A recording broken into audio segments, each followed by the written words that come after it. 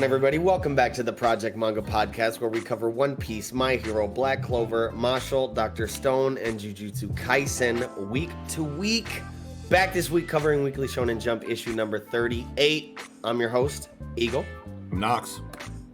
And as always, before we get started, we'd ask you that you take a look in that description box down below where you can find links to any and all of our individual social media accounts, such as Twitter, online communities like Discord, places to listen to the podcast wherever you would prefer, as well as links to support the podcast through our Patreon or our online shop. Also, there's timestamps down in the description you can use to conveniently navigate through the video if you want to avoid spoilers for series that you're not current in. Oh. And while you're down there, like the video and subscribe to the channel for more weekly content. Yeah. Also, my little cousin Tamaya wanted me to shout her out in this recording, so hi, hey, Tamaya. What up, dude? Yo. Fire ass weekend jump. Yeah. Fire ass weekend jump. Let's Absolutely, go. As always, I want to say. Hell yeah. As always, usually. Yeah. Might as well get right into it. Yes. Chapter 155 of Jujutsu Kaisen, Fever. Loved it. Yes, I loved, like, not only the skepticism from Yuji, you know, at the beginning of this chapter, at the offer or the proposal from Hikari, but the following dialogue that we get from Hikari about the fever, quote unquote, and Yes. how it drives all people, whether they're deceivers, the ones being deceived. Right. Like the dialogue about, you know, how people don't hate gambling. Mhm. They hate losing. Yes. And feeling bad about it afterwards, but it's really what drives all people, that fire within you, that Yeah. want for more or excitement. I Right. just think that dialogue we got from him was a really nice encapsulation of, like, just people, you know? Yeah. Yeah. Like, he's spitting. It's one of my favorite things about Jujutsu Kaisen writing is I feel like there's always these character interactions always have, whenever they're getting philosophical, you know, and whenever you're seeing the kind of people that you're dealing with for the first time for real, it always is like wrapped up in like a metaphor, or it's like some kind of like really cool, thought-provoking concept or angle of like human life that like we never really think about. You know what I mean? And it even takes it so far as to when Yuji's like, when he's explaining the you know, the fever and the fire and gambling or whatever, and it's making a lot of sense, and then all of a sudden Yuji's like, don't some people just want to live peaceful lives? And he, like, I feel like that's it, addressing how over the top and like hyperbolic, you know, anime and manga can be. You know what I mean? Yeah. Because this fever stuff is like, it sounds really good, like if you put yourself in a comic, but then Yuji kind of brings it back to reality, like, yeah, that's like whatever, but like there are some people out there that just kind of want to chill. And Hikari's Right. like, well, I don't know anyone like that. Back to the manga, you know what I mean? And it's like, okay. I love that. You know, I loved the interaction. It's one of my favorite things about Jujutsu Kaisen, when especially characters that we've been waiting to see something for, like Hikari's pretty hyped up, you know what I mean? Yeah. Up until this point, and his kind of showing as a character since his legitimate introduction has been great. Talk of the town. Yeah. And I did not really expect it to devolve as quickly as it did until like hands, you know what I'm saying? Like, yeah. you know, like they're he's like, you want to get high on my fever? Literally Yuji gets another half a sentence out. His phone starts ringing. He sees it's Kirara, and he is about that action right away, bro. Yeah. I think he saw the phone call come in, and he's like, all right, time to test this kid and see if he's Jujutsu high for real. And then he's like, so what about Gojo? And like, it's funny because like Yuji's like thinking a little bit more, you know what I mean? He's like, okay, you mentioned Gojo. I remember Megumi was like, don't bring up, you know, Jujutsu high till the end. So Yuji is trying to, you know, do what he thinks that he needs to without just being an idiot or whatever. Yeah. But he's still dumb at the end because he played it wrong. He played it wrong. He's like, who doesn't know Gojo? You know what I'm saying? The only reason why you would be acting like you didn't is if you really wanted me to think you ain't hip with the shits. Right. Exactly. Like, yeah, I loved that. But yeah, I was wondering, like, why would you ever pretend like you didn't know Gojo? Especially if you've already had it, you know, put out there that you have a cursed technique or whatever. Right. Or that you're using cursed energy. That you're a sorcerer, that you understand the sorcerer culture, yeah. Like Hikari says, like, there isn't a person in the Jujutsu world that doesn't know of Satoru Gojo. That's you know right. what I'm saying? So why you playing stupid right now? Yeah. Why pretend you don't? He said, You know "Oh, what I'm bet." Yeah.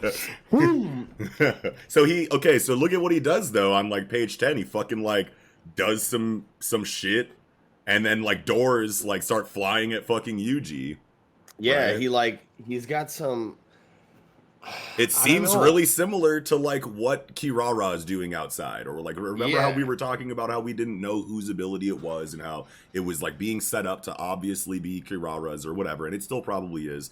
But like I was saying, that could be some kind of situation with a tandem curse technique. I know I made like a reference to Hunter x Hunter last week, I think, but like it's just weird that they have similar techniques like this to this degree. You know what I mean? Like attraction and repulsion, like. It seems like especially since we've gotten all this dialogue from him about this fever heating up, cooling down. And, what we get from, at the end of the chapter about how, or not the end of the chapter, but the end of this kind of exchange we get from them where Yuji headbutts him and says like, "Listen to me," and he's like, "No, because now I feel cold." Like, yeah, we're getting a lot of this dialogue from him alluding to the fact that his ability might have something to do with like heat or like temperature control, which is like super confusing now, especially that we get like a little bit of how his ability functions in this attraction and repulsion, or like bringing objects together. Like, how does that function within heating and cooling things? It's like, I don't know. That's just, it's really strange, really hard to figure out. But we did get the dialogue from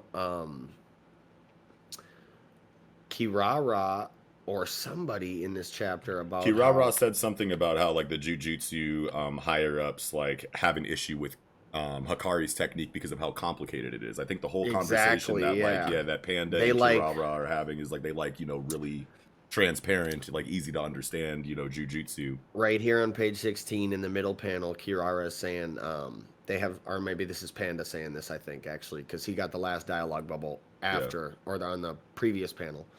They have specific ideas about what jujutsu should be like. They like conventional jujutsu that's easy to understand, like Kugisaki's curse technique. So like it's alluding to the fact that Kirara's, Hikari's techniques, they're getting into that like really complicated functionalities and stuff like that. Super high that they don't really stuff. want. So it makes sense that we're not able to like deduce what's happening right now, but. And especially because Gege is like trying to lead us down.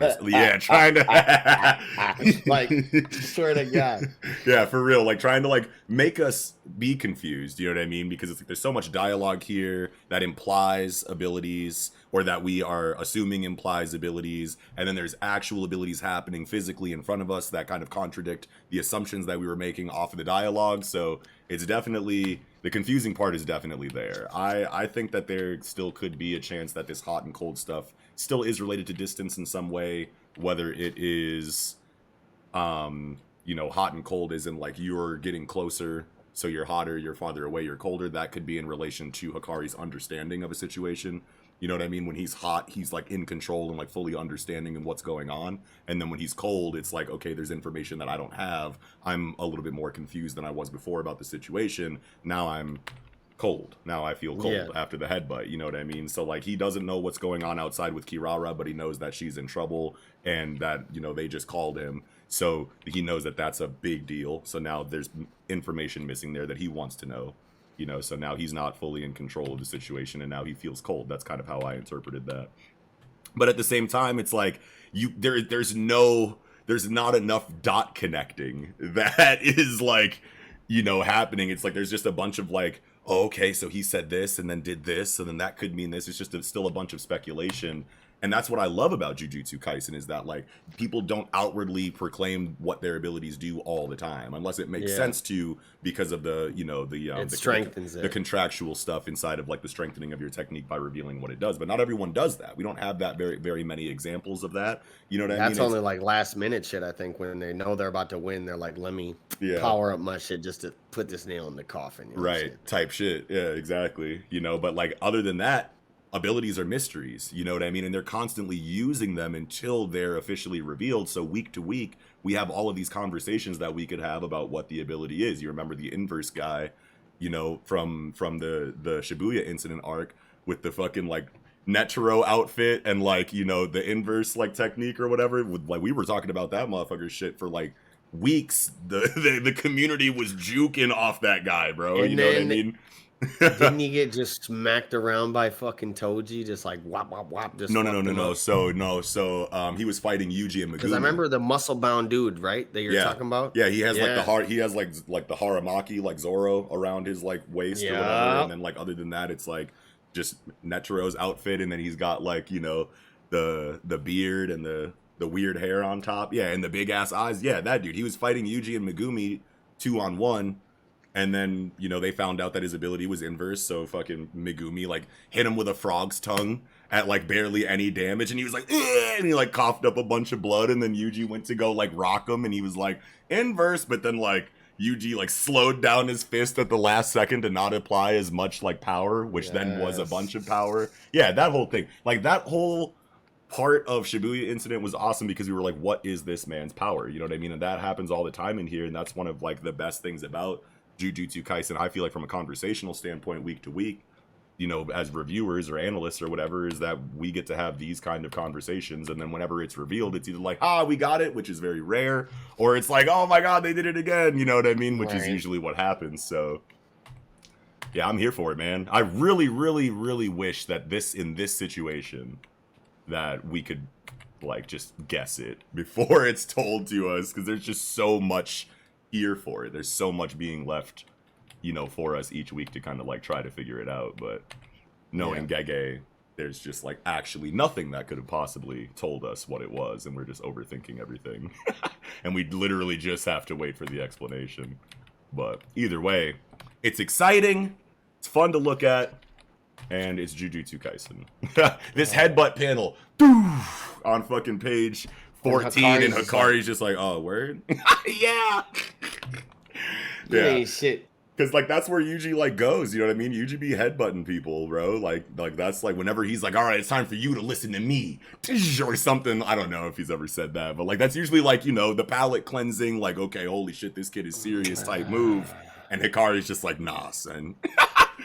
Well, and yeah, it's funny because, like, Yuji looks like he's looking right in, and they're just looking right in each other's eyes. He's like, you ain't shit. Yeah.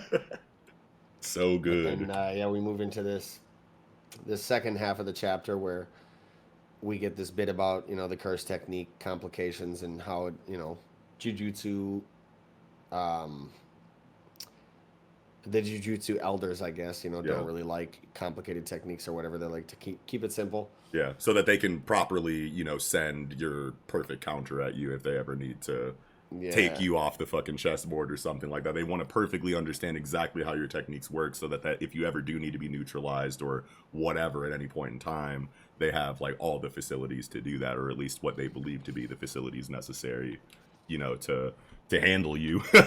At least that's kind of how I took it, right? Because like think back to like Yaga and Gakuganji, you know, when Yaga died however long ago, they're like really trying to understand like what his technique is about, and that's for like a multitude of reasons. But at the end of the day, I feel like that's just a blanket thing across Jujutsu higher ups, is like for ultimate control, you need ultimate understanding of what all your pieces can do. So,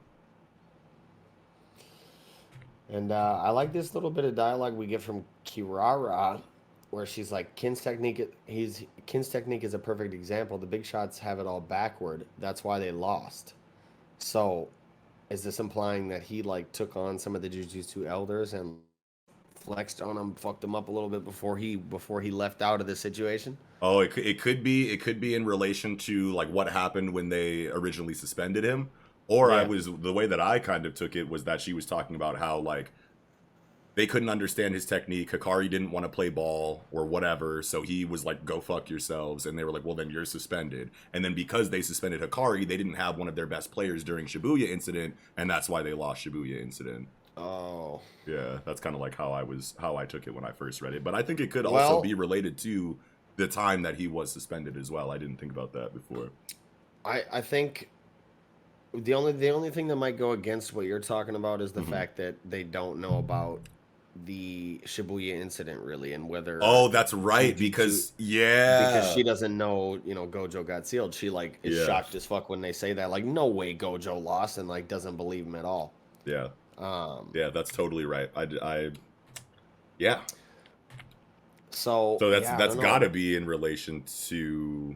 Or maybe she's just saying, oh, they lost in Mm, a kind of a mental games sense where he just beat him intellectually or something. oh, It sure. doesn't necessarily have to mean he like flexed on the Jujutsu elders and beat him in a cursed technique battle or whatever. Yeah, But I yeah, just think that would be tight if they were like, "Fuck you, bitch! Like, get out of here. We don't yeah. want you." And he's like, "I don't want you either." Rah! Like, fucks him up. Yeah. Yeah, I'd have I to go. now that you mentioned that, like I definitely think that it can't be what I originally thought before because they straight up say like Gojo or maybe no, because like they know about the Shibuya incident. Just because they don't know about Gojo being sealed doesn't mean they don't know that the Jujutsu world clearly lost to whatever Right. malicious entity was kind of at the root of that. So you know what I mean, like this is probably the biggest loss that modern jujutsu the modern jujutsu world has seen, you know what I mean, because they've had said Gojo there for I don't even remember how old he is. I think he's like 20 something, 25 or something like that Yeah. maybe, you know what I mean. So for at least the last like 25 years they haven't seen anything like this. So I don't know like what you know contemporary jujutsu culture, like what timeline that's all encompassing, but I want to assume that this is like the most drastic villainous event in significantly recent times. Yeah. You know what I You mean? would So you like would they definitely think know, so. yeah, they know that they lost even if they don't know that Gojo was sealed. So Because I mean, this is like Sakuna scale damage because he's the one that yeah, fucked it all up, and right. then obviously, Brain Coon, or what's his actual name? I forget. Kenjaku. Kenjaku, yeah, Hmm. Kenjaku is the one who like started all this crazy culling game shit. Yeah, Um, so it's like a tandem thing. But as far as like the scale of damage yeah. to the country, I would Hmm. say like this kind of thing probably hasn't happened in hundreds of years, Right, and till the last time Sakuna was out, type shit, because right, he's the one that did the physical damage to the most of the city. right. Yeah, But that's yeah. right. Yeah, because like Sukuna was around in the Heian period or whatever they said, Hmm. and he was running amok, and it took like all the sorcerers or whatever to take him down at that point in time. So this is probably a similarly cataclysmic kind of situation that definitely the modern world hasn't seen because Sukuna's been jammed up for who knows how long. I think since then, I think Yuji eating the finger and bringing him back to a conscious state is the first time Sukuna has been back since he was defeated. So yeah, I feel like And then this is the most if drastic you shit since then. Yeah, if you combine the the culling game shit on top, like the after effects, I think it's, hasn't it been stated? Yeah, jujutsu only exists within Japan. So, whoa, um, only I know that it's like the highest there because they have like their we've had the conversation on the show before about how much more we've had, yeah. how much more superstitious Japan is, than a lot of other areas in the world. You know what I mean? Besides probably America, but America, like, or just like Western religious like areas, like don't have. It's not like kind of like dipping into like mythology in the same sense as like Shintoism is like all about monsters and demons and like oni and shit.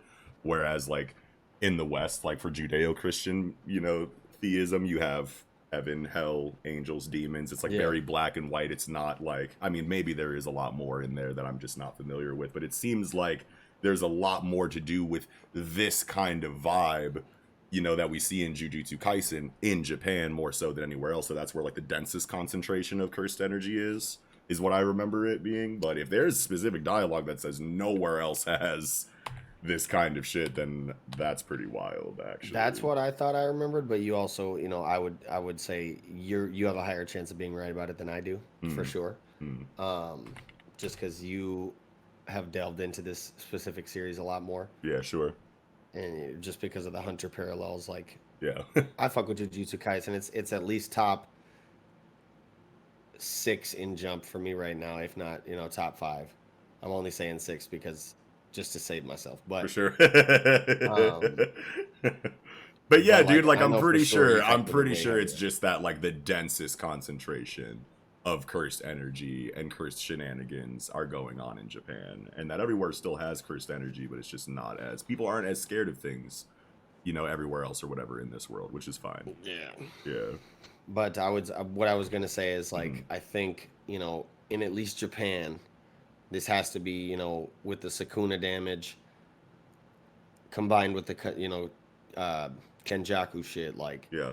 this has to be the largest scale Yeah. cataclysmic event they've seen hmm in hundreds of years, hmm maybe even in history. Yeah, I want to say that makes sense. We got to see what these Cohen games do. But Right. we'll easily be able to just like link the events together almost for like one big, villainous consequence of the arc, you know what I mean? So Yeah. yeah, I doubt they've seen something like this in a really long time. I'm wondering what Megumi's about to do with the rabbit escape here, though. Is he? Yeah, I think he's gonna test the like limits of the Repulsion and stuff. repulsion, right? Because like besides Rabbit Escape, I'm pretty sure. Yeah, no, he could definitely summon multiple Shinigami at a time. Okay. Well, I was gonna say that the Rabbit Escape could be used to just see like what. Like, is it all things, tied to the user are, repelled or retracted or whatever? Or do you have to, like, pick and choose targets? Because if you have to pick and choose targets, then, like, 99 out of those 100 rabbits are going to be able to go do whatever they want. You know what I mean? Right. So I think this is a part of his trial and error. Or maybe he's already figured it out. He could definitely have already figured it out. Because Megumi be working in his head off screen a lot, I feel like. And then you just, Right. like, and then it's, like, revealed, when the target is kind of neutralized exactly what his thought process on everything was. So yeah, it could either be he's testing something right now, or what's more likely, just based off of the history of his character, I think he's pretty much figured it out and he's testing his hypothesis in that regard. Yeah, I would agree. Yeah, for sure. Great chapter though. I think we finally find out what the technique is next chapter though. I want to say. At least Kirara's. Yeah, Because I think what you're saying about Megumi here is definitely correct. He's at least got a hypothesis and is like testing out trial and error stuff to figure out how it works, at the very least. So for sure. If not implicit dialogue from Kirara on how it functions, we'll definitely get a solid deduction, somewhat educated deduction of what's going on here. Yeah. From Megumi, right? Yeah. Yeah, I think I agree. Great chapter. But I think that's about all I had for this one. Yeah, I'm good for sure. All right. Well, with that, I think we can go ahead and get right into chapter 207 of Dr. Ishtuni, linking the circuit diagram. Fire. Yes. I love the appearance from Zeno in this chapter. Just calm, cool, collected in the chair, like, what's up? Y'all need a little bit of knowledge? Let me drop it on you. I'm the King Zeno in here.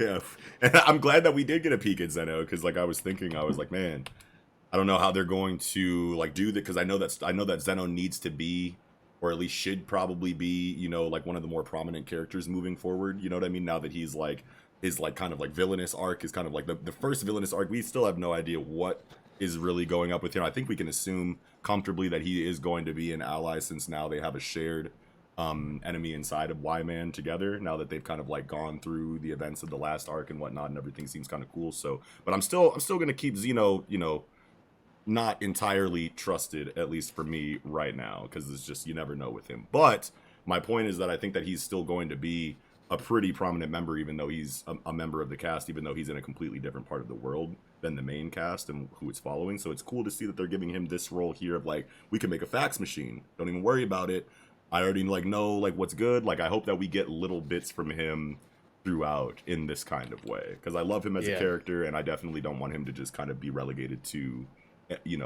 fully to a background character, even though he's across the world. I damn near like him just as much as Senku, maybe even more at times. Oh, you know what I'm saying? shit. I'm like, man, this guy Zeno, man. Yeah. He's so clean. Got the pompadour. Oh, the black jacket on him with the bouffant tie or whatever it's called. I don't even know what it's called. Yeah, his design is drastic, absolutely. But yeah, just keep him in the series at least, just so that we can get his character design sometimes. At the very least. But dude, this was a big chapter. Oh yeah, go ahead. I was just gonna say these metal claws on his fucking Yeah, hands have always perplexed me. Have we ever gotten an explanation on why he wears these? yeah, I think we have, but I can't remember off the top of my head. And you like can't even like easily like Google it. Oh I wait, just don't no. even know. Here we go. Here we go. Reddit. What the hell are these things on his fingers? Yeah, nobody knows the answers. Maybe he Yeah, plays guitar. maybe he plays guitar. He like always is using them to grab shit. You would think like these metal things would not allow for like delicate handling of stuff, but I don't Yeah, know. yeah. Um, There's got to be like some man, and I want to say I remember something in like the series about. I know that he was like doing something with Morse code with them, but maybe that's like yeah. not a thing. But Remind us down in the comment section if we're yes, forgetting about, implicit statement of why he wears these goddamn things on his fingers. the Or if it's bugles. still just a mystery. The bugles, yo. He got the paper claws. Like, oh, Yeah, for sure. shouts out to the origami paper claws in middle school, man. Yeah, Those were for the sure. dopest. Yeah, Holy shit. absolutely. Wow, taking But me back. the fax machine is dope. Fax machine I is love cool. it's cool little simple technology, communications technology, trying to like keep things low key, not send over like direct radio waves that are actual voice communication that Y-Man can decipher. But Right. I'm assuming he can obviously still tell that these radio waves are going back and forth, Absolutely. but he can't really obviously tell what's being faxed. Right. And this was cool. The explanation of like the fax machine that they're making, like this was one of the times where something like really complicated is being explained, and I'm totally like following along the entire way and like Yeah. learning something. Like there are times where they're like explaining something, and I think most of the times where they are explaining something high level, you're either supposed to get it or you're not. You know what I mean? They'll either have a conversation where it's just a bunch of jargon and everyone's, like foaming at the mouth, swirly eyed, like, what are you talking about, Senku? Or it's going to be something where they really take the time to make sure that it's explained in, in the most efficient way possible. Like for people out there who are reading that I have no idea what's going on, they can follow it. And for the people who, have a little bit better of an understanding, it's not like boring. You know what I mean? Yeah. So yeah, I think the fax machine scene was perfect in that regard. Definitely. Yeah. And moving into like the Ryusui and Sai stuff a little, like starting on page 4 and like on, Yeah. where he's like telling him basically, no, you're coming with us. Like you're Yeah. not gonna stay here and do coding and shit and make circuit diagrams in India. Like we're gonna need you to help us out, city to city type shit. Right. And Sai's like hell no, obviously. And it like skipping ahead to like the nearly ending portion of the chapter, Yeah. going into when Sai's kind of sitting alone by himself. Gen's like, I'm going to use this opportunity to pry a little bit because, they both reacted in a weird way to that group photo. Right. When we get basically kind of the little backstory on Sai and his like kind of opinion on or his outlook on it, and then Gen kind of just steps in like, did he ever order you to do that shit? Yeah, Like, dude, it that was sounds to me, massive. for real, like, because that was, yeah, like, you think back, like, Ryusui's always ordering people around saying, like, oh, this is what I want, do this, Yeah. do that, I got this, but He never tells He's people like- to do things. Yeah. he's like, I think he just wanted a brother, and then, Yeah. Sai came to that realization and thought back, like, damn, he really did never tell me, like, you have to do this. It Right. was always requests, like, let's do this, let's play some chess, like, let's Yeah. have some fun type shit. Yeah. And the dialogue that we get from Gen about Ryusui. Dear Ryusui just wanted to spend time together with you. That's my read of the situation. He desires anything and everything, does he not? Including a brother in the truest sense. Fire. Like that. That Yeah. was so good. This is like hidden value, I feel like, for Gen's character, because as the mentalist or as like the person on the ship that just understands the human mind and just people the most and how they interact day to day, he's always kind of using it in a sly way. He's always using it like for like underhanded, like shady, seedy things. You know what I mean? And that's a part of his character. It's a lot of what we love about his character. But at the end of the day, like he's also a qualified psychologist. You know what I mean? Yes. So like when he sees this kind of, you know, this kind of dysfunction, you know, between these two brothers for whatever reason there is, of course he's going to be like, I want to get to the bottom of that, because one, he's probably just super curious and is just really nosy, you know, by nature. And then also he's going to have words that mattered in this kind of situation the most to these two individuals, because he is a mentalist. He is someone who is, his entire trade and their entire specialization is related to how humans, you know, kind of behave and how they work together and how they behave together. So this was beautiful for that. I love the Sai and Ryusui story, because like you were saying, it is a it's a situation where we are used to Ryusui's behavior by now after having him in the story for so long. We're used to his behavior just as shonen fans in general. You know what I mean? Like, this is a character personality that we're very used to inside of this area of fiction. You know what I mean? So it's very easy for us to kind of miss the underlying kind of dynamic or theme that this chapter is kind of bringing to light, because it's like, it's just Ryusui shit. It's just shonen shit. And then now they're kind of like focusing in on like, yo, this guy's kind of an asshole. All he does is he's just rich, privileged, entitled, running around telling everyone what to do. You know what I mean? And that's what it totally seemed like on the surface. And there was even at a point these last couple chapters where I'm like, dude, does Ryusui suck? You know what I mean? And then, no, it was all coming up to this chapter where it goes like, dude, that's just who he is as a person. You know, he has this personality. He's very loud. He's very blunt. You know what I mean? But at the end of the day, he's just trying to hang out with you.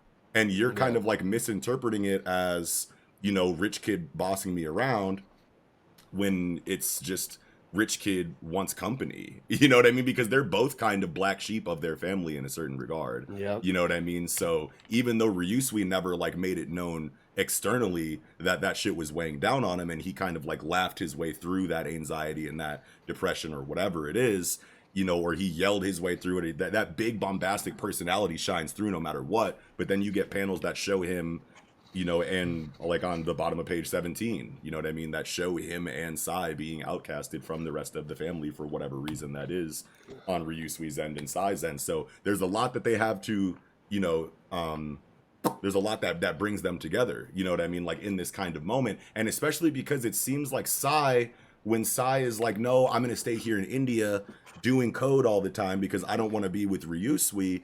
And it's like, well, dude, like, you didn't want to be with Ryusui Corp or Nanami Corp, you know what I mean? Like, just sitting and doing their code and doing what they told you all the time. You wanted the same thing that Ryusui wanted the whole time, and you just thought that the methods on how they approached you to get you to do things or to spend time with them were all, your outlook was just wrong.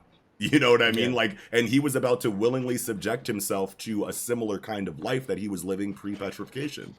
You know what I mean? Because he didn't get it. You know what I mean? And, yeah. And now that he's like, wait a minute, he just wanted to hang out with me. He just wanted a brother. It's like, okay, well, now I'm going to go with you because everybody understands the situation entirely. It was just a lack of communication at the end of the day. You know what I mean? Which is perfect for Gen to come in and you know, and be a, you know, a peer mediator for.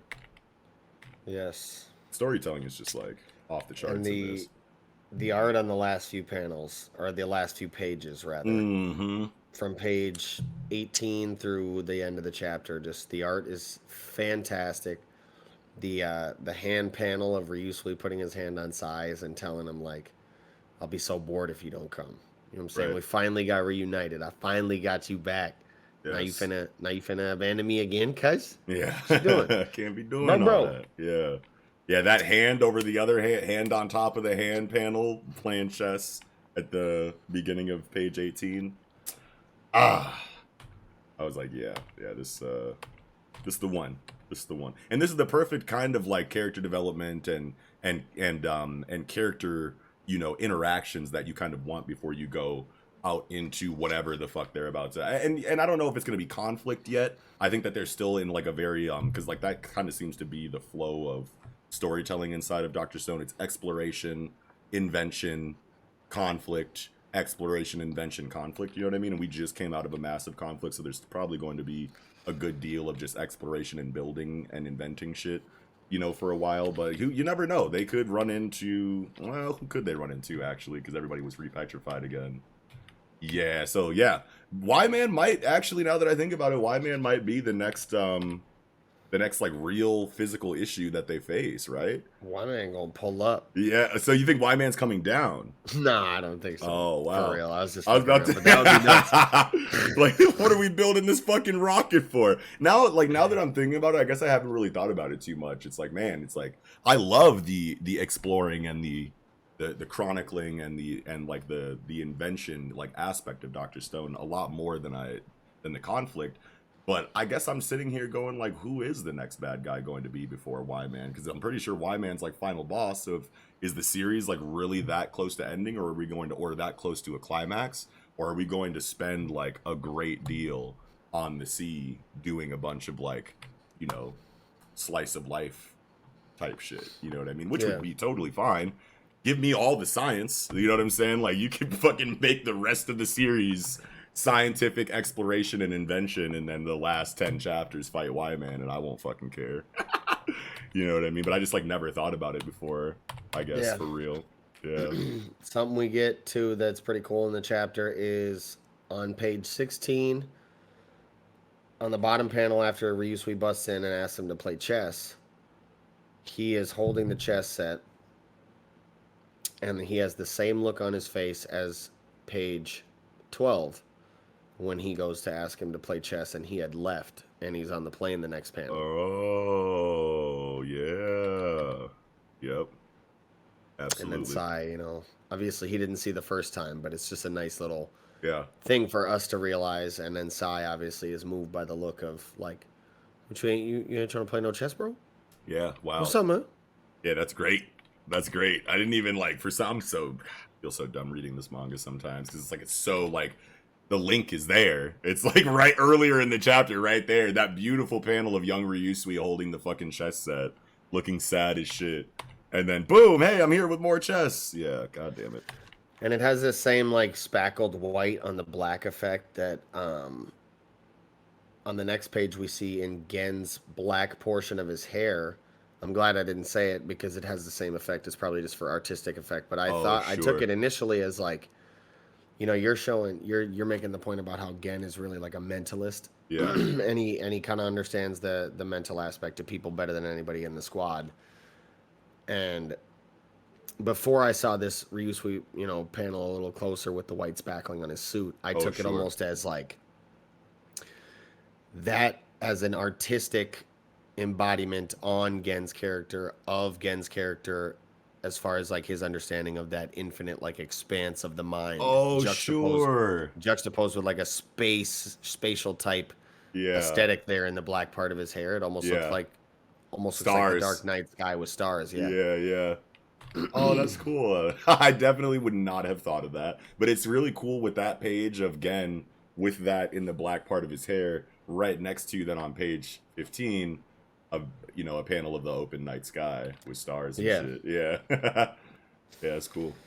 But yeah, it's awesome ass chapter, man. Sai joined the party. He looks dope as fuck in this last panel of him stepping on the ship with the smirk. Yeah, big character chapter. And even if they don't go into any, you know, like physical conflict or whatever anytime soon, and it does just go into, you know, like a lot of storytelling related to building things and inventing things, like we got like a really dense stretch of character chapters with science woven in, of course, as usual with Dr. Stone. But they really, I feel like the main focus of these last couple of chapters has been Sai as a character's initial characterization and initial development, and then his relationship with Ryusui, all perfectly leading with little splashes of science woven in until they're like, all right, we're moving out. And then now it's probably just going to be really dense Dr. Stone science stuff, which is like perfect leading into that.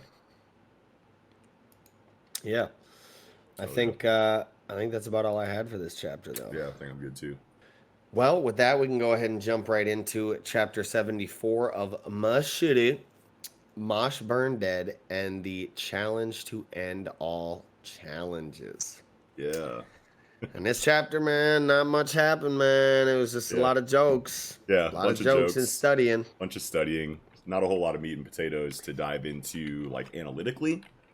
But it's cool. It's crazy how like there's literally like 3 whole panels that are basically copied and pasted. Yeah. Which is great for the comedy. There's I definitely liked nothing wrong with it, but like, holy shit. Oh no, this one's something way I different. Yeah. something I did like though is a little bit of subversion as far as like character tropes go, Oh, sure. where Dote is actually a smart character. You know, Yeah. maybe not smart, but he's like astute enough to know, you know, that you need to get good grades. Like he studies, he Hmm. keeps up with his knowledge. He's not just a dumb fuck like Mosh, Right. which the type of character he is, like the cherry Yankee, right? Like the Yeah. delinquent, the Yeah. fucking, you know, he would typically be somebody with bad grades, you know, gets into fights, does Right. this, does that, whatever. Plus, he's like really awkward in like social situations. Like he doesn't really pick up on cues, so like he seems dumb a lot of the times in like the environments that we usually see him in. But kind of bringing it back to like an academic atmosphere, it's a really cool subversion to find out that he's like mad book smart. And even this stupid fucking expression on his face while he's telling him, like, he just looks like an idiot. Yeah, and all of the dialogue bubbles are basically like covering up his whole shit. Right. Yeah. And it's yeah, a funny moment where like Lance is like, okay, let's begin. And then he starts explaining these concepts and as he's going to different concepts, Mash is just getting more and more like Yeah, I can't take this. Yeah. head blows the fuck up into Yeah. an afro. Yeah. Oh my god. Yeah, and it's funny that like okay, like the comedy is there in regard to Mash can do whatever he wants physically, but then when it comes to the academic portion of things, he falls flat because he's just a meathead character. He's got to have, you know, weaknesses, you know, somewhere. Why not make it in the brains department? So like that all works, and we've seen it already. Like in the beginning of the series, I'm pretty sure when he was first joining, he like what? And I actually, you want to know what the entrance exam was like totally rigged by that like jealous ass dude who didn't like Mash. So I don't think that was like. I think that was more so him trying to put physical obstacles in Mash's way that he wasn't expecting him to be able to clear because he has no magic. So I don't even think it was like really all that much about school and books and like, you know, shit like that in the beginning. So like this is great right now. This is like right on time. If we're gonna go into like a slice of life kind of like aftermath kind of situation, like this is a great place to stop. There's just like not a whole lot that you can really do to dissect a chapter like this besides go like, that was funny. Right. You know, and like that's just like what happens when it's, you know, a comedic story that doesn't have action going on. Like Yeah. it's like you're either getting like really serious world building shit while action isn't going on, or you're getting a bunch of jokes, you know what I mean? And this is just one of those chapters where it's like feel good, wholesome. Mash has got to clear this specific hurdle that we all know that he is going to have a lot of issues with because he's dumb. So that's just the whole chapter. Cool moment we get from Lance where, you know, it's quick, obviously. He's the more Yeah. serious character, so it makes sense that we would get a moment like this from him or some dialogue where he jumps out the window and he's dipping and everybody's like, oh, let's get him. And he's like, fuck him. Like, if he wants to run away, you know what I'm saying? I don't got time to waste on people who ain't trying to learn. You know what I'm saying? Fuck right. it. Like if he's gonna fold at the first obstacle that's not like a physical feat, Yeah. you know, fuck him. Yeah. And then we get the cool moment from Finn here where he's like, just, you know, a little bit of motivation for Mash where he's telling him like, look, man, I want to graduate together. Like, it's not the you that I know to fold at a challenge like this. Like, Mm-hmm. I've never known you to back down from anything. And now all of a sudden, as soon as your brain's involved, you're like, I can't do it. Yeah. Nah, that ain't you. Right. And he just pulls himself up out the dirt Yeah. with the moles on him. Yeah. Moles with us. Yeah. That was definitely the best interaction in the chapter, and I think it was meant to be. You know what I mean? Like it was highlighted for sure. Yeah. This is all the real character stuff, and then everything else is just kind of comedic fluff. Even with the art where on this bottom panel, page 14, the Mashle I know doesn't hesitate to take on even the most impossible opponents with like the beautiful artwork on the silhouetted, like low detail, like gray and white tree line in the background. Low like, opacity forest silhouette. Yeah. Fire. So good. Hell yeah. And then we get the obviously the passing grade from the lady at the end of the chapter. She's talking shit, but yeah. You gotta have the shit talking, you know, dean or whatever, or the shit talking like teacher, yeah. right. Yeah, not dean, but yeah, teacher. But it's yeah, good to see that our boy barely scraped by and passed. Hell yeah. Also, another thing that I noticed just like aesthetically in the chapter was that the pen was talking to him. Oh, word? They have talking pens to make sure people don't cheat. Like when Oh. in the middle panel page, the last page middle panel, in this he's flashing back to the test where he reads a question. He's like, "Oh, Finn taught me this one," and the pen says to him, Talk "Talk again again, and and I'll I'll fail you." fail you." Yeah, Yeah. that's crazy. Yeah, that is crazy. I was That's trying to awesome. figure out who this dialogue's Who was coming from. I saying can't that? see anybody, so I'm like, it's got to be the fucking pen. It makes sense Yeah. in a magic world. Absolutely. But Now that I'm looking at this teacher, though, do we get a name for this teacher, for this woman? I don't know. Can't She remember. reminded me of some Harry Potter shit, though. I feel like we don't see a lot of teacher stuff. We see a lot of like, we know Wahlberg, we know the Divine Visionaries, we know like the strongest people like in the series that are students. But like, are the teachers all that involved? And now that I think about it, I think the only time we ever see staff outside of Wahlberg, I don't think we've ever really seen too much from them. I know that there was one guy that like Mash buried in the very beginning who like tried to call him out on something that he saw him doing that was sketchy, but I don't remember any other teachers besides then or any other staff members. Wonder if they're strong. I feel like she's damn near got the same mark as a Wahlberg. Oh, sure. Yeah. Yeah, she does have a very similar... It's Wahlberg's sister in this month. That'd That'd be wild. But I do... like, yeah, Wahlberg's sister, what's up? Yeah, that'd be insane. That'd be insane. But like I'm trying to sit here and go like, okay, so are these teachers strong? Are they gonna eventually turn up? Like, are they saving them for, another kind of like serious situation, that turns up at the school, or like what's going on? Like the teachers gotta be capable to some degree besides just teaching. Right, like y'all was magic, just what, right? Frozen during the Innocent Zero, like y'all soft body got frozen with the fodder. Yeah.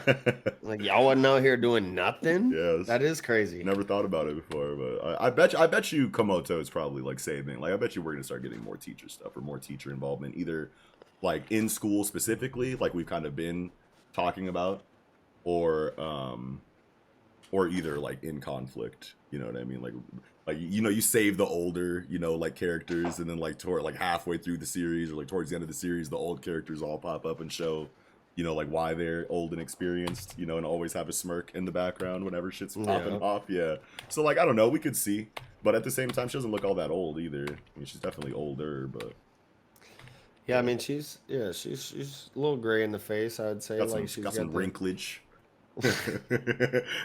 Some crow's feet. Wow, the crow's feet. No. Yeah. All right. Well, shit. I think that's about all I had for this Mashle chapter, man. Yeah, I think I'm unfortunate that there's not a lot to talk about, but yeah. Hey, it is what it is. What it is. Yeah. Well, with that, I think we can go ahead and move right into chapter 303 of Black Clover, Glad Tidings, and this was obviously a Nozel-centric chapter. Yeah. I really like this chapter personally. Yeah. I know a lot of people, possibly Knox included, that probably this chapter didn't hit that hard for just because of the feelings they kind of hold towards Nozel as a character. Sure. Personally, while I was among the group at the beginning of the series who fucked with him, when he initially revealed his like feelings about Noel and how he was acting and why he was acting that way, like I'm one of the group who bought into it, and I'm like, okay, that makes sense. Like, I'm fucking with you, Nozel. Like, yeah, while what you did, I don't necessarily agree totally with. I understand you had reasonings behind why you did it, and I can sympathize with that at least, and understand it, and fuck with you as a character. And now this chapter drove that nail even further home for me, where we get even a deeper look into his mental anguish as a kid, really, and like his solemn like journey of solitude and revenge, like through his life, where he literally can't tell anybody about this curse. He can't mention it. He can't say why his mom was killed or how. He can't recruit any help from like his immensely powerful friends. Right. So like, he can't explain the situation to them. Right, so like what is the appropriate response then, for something like that? Like we can look at his like He's like, I got to action. do it all myself. Yeah, and we see how he like kind of like treats Noel, you know what I mean? Because of that, Hmm. he's like, okay, I don't see potential in you to get stronger, so I'm just gonna be an asshole to you because I have to carry this burden myself. And He's like, I got to somehow get you out of this yeah, world of battle. Like, I'm going to shun you out pretty right, much. right. But When I was first reading it, I thought that the explanation for everything kind of felt a little clunky, but like going back through it a second time, because I just thought it was like weird. It's like, okay, you were an asshole, everyone didn't like you, you were a character that really no one was kind of supposed to like, you know what I mean, because of how shitty you were being to Noel. Then you and Noel kind of make up after, whatever event that was, and then now we're getting a flashback that kind of like gives context to like why you were an asshole. You know what I mean? And at first, like I was saying, like just like looking at it at surface level, I was like, this does feel a little bit clunky. That it seems like he's kind of like retroactively saying like, no, Nozel is like actually cool. Like forget like kind of what he was doing before because he was going through things. But it all makes sense. You know what I mean? It all ties together. It all feels really good. The closure, like he's just a flawed character at the end of the day. You know what I mean? Which goes against his like demeanor in the beginning of the series about royalty and being so, being chosen and being, just like high nobility, and that whole theme kind of like he was being one of the biggest vehicles for that nobility theme some of at that first. classism theme, yeah. Yeah, absolutely. And like that was all, whatever. And then now, it's coming back here, and once you get everything kind of like in a timeline, of events for his motivation, it all feels fine. I actually loved this chapter. Yeah, it does feel like a really good, for me, explanation on things, or like the fact that there was breadcrumbs there, and this kind of was a plan from at least a while back with Nazel's character. And I actually think it's a pretty good example of subverting expectations on a character from the beginning to this point of the series, where we initially, like you said, took him as a character who was just a piece of shit, Yeah, through and through. yeah, And he has slowly like been revealed to have these motivations, have these reasonings, be on this solitude, revenge journey type beat. yeah. And it feels like it all came together nicely for me. I'd agree. Yeah. Once you kind of like dress it up as, he was trying to do what he believed in his heart of hearts to be the right thing, you know what I mean? And he was just going about it the entirely wrong way. It's Yeah. it's cool to get this introspective, chapter on Nozel, because it's kind of might shine a light into how a lot of people, of high nobility think for one reason or another. There could be some kind of traumatic situation that triggers a lot of, the behavior that we kind of see inside of nobility in Black Clover. So it's cool to think about that. But like just tying it back to Nozel, just having a really shitty situation thrust upon him, feeling like he's wearing the weight of the world on his shoulders, and just making, like having a lapse in judgment, and just going like, hey, I have a lot going on mentally, I have a lot going on physically, my mom this, my family that, I feel like I'm the only one that can really do anything about it, my sister's over here and I love her for sure, but like if she's not going to show me the potential that I think you need in a situation like this, then I have to exclude you from my dealings. And the way that he decided to do that was to just push her away by being an asshole, which probably was the wrong move at the end of the day. But but having context like this as to why he decided to do that makes it feel a lot better. And he even, it comes really full circle at the end of the chapter here, where he actually does say himself, as he kind of rips Meggy Kula's body apart from the inside to reveal the heart. Yeah. And before he can even, follow up with his next move, Noel's like at her ass, and he's got this panel where he says to, or either says or thinks to himself, I'm assuming he thinks it, as expected, I was wrong after all. I shouldn't have shut her away or kept her out of this. Mm-hmm. And then, the next panel is Noel. Yeah. We needed to grow stronger together. So it really does come full circle, where even he admits to himself, like, I was wrong in, the way I did this, and I should have approached it differently. But, what can a person do? Right. Hindsight's 20/20. Yeah, absolutely. I just love the shattering of the veil, you know what I mean? Like you are this like you're this like, shining example of like what, a mage should look like in this story, and you have all of these personal demons and mental issues that are kind of like weighing down on that external character that you try to show people, you know what I mean? And then when it comes down to it, you realize, you know, in the heat of the moment, when you're finally closing out this chapter in your family's lives, that you went about things the entirely wrong way.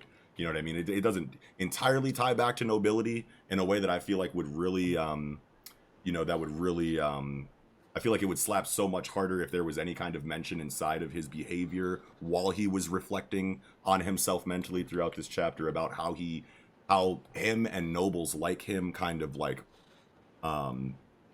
act. And I know that there's probably not, you know, a whole lot of room for it here, since this is obviously a very Silva family oriented, you know, chapter. But like whenever I see a character like Nozel kind of come out of their shell and show you who they really are, since he was one of those shining examples of nobility and the classist kind of like theme, you know, in Black Clover, once that veil is kind of lifted and, you know, like you look behind the curtain, you know, like Wizard of Oz type shit, like you see who the character really is. It would be cool if it was tied back to that classist theme to some degree, and who knows, it still possibly could, you know. But I just thought that was something that would really just be like a nice frosting on the cake.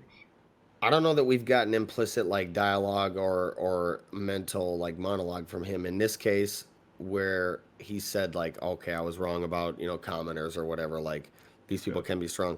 I know that like Asta specifically, and possibly like Magna and Luck in some cases, have been a vehicle for that to Nozel, where he's seen them do things and been like, okay, maybe I was a little wrong, at least like at least this one person can fucking handle their shit. But I don't know that we've gotten implicit, you know, him stating like, okay, yeah, like how I think about commoners was wrong.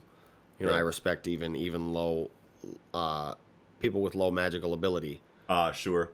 But it even ties back into how me if I'm wrong, and we have gotten that from him, but I don't believe we have. It ties back even to how he treated Noel, because I'm pretty sure that back when he was like really a son of a bitch earlier in the story, he was saying things to Noel like you're no better than a commoner. You know what I mean? Like, so he was still tying it back to that indoctrinated belief that nobility is just better than non-nobility, you know what I mean? So like, even though he was telling her to go away and that like you shouldn't have been born and like you suck, trying to keep her from danger, he was still weaving that into the classist theme, you know, of the series. So at least I remember him making a comment like that. No, he for sure was saying like he was a big vehicle of that like classist theme in the early story, like you said. But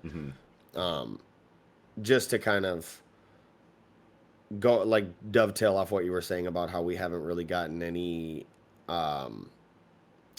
backpedaling on that part of his character. I think we have gotten a little bit through Asta, but I don't know that we've gotten the full like backpedal to the point where I'm like where he's saying to himself like, okay, I was wrong. I shouldn't have thought this way about these kind of people, that even, you know, because even people with low magical ability, I believe, have done some pretty crazy shit in front of him.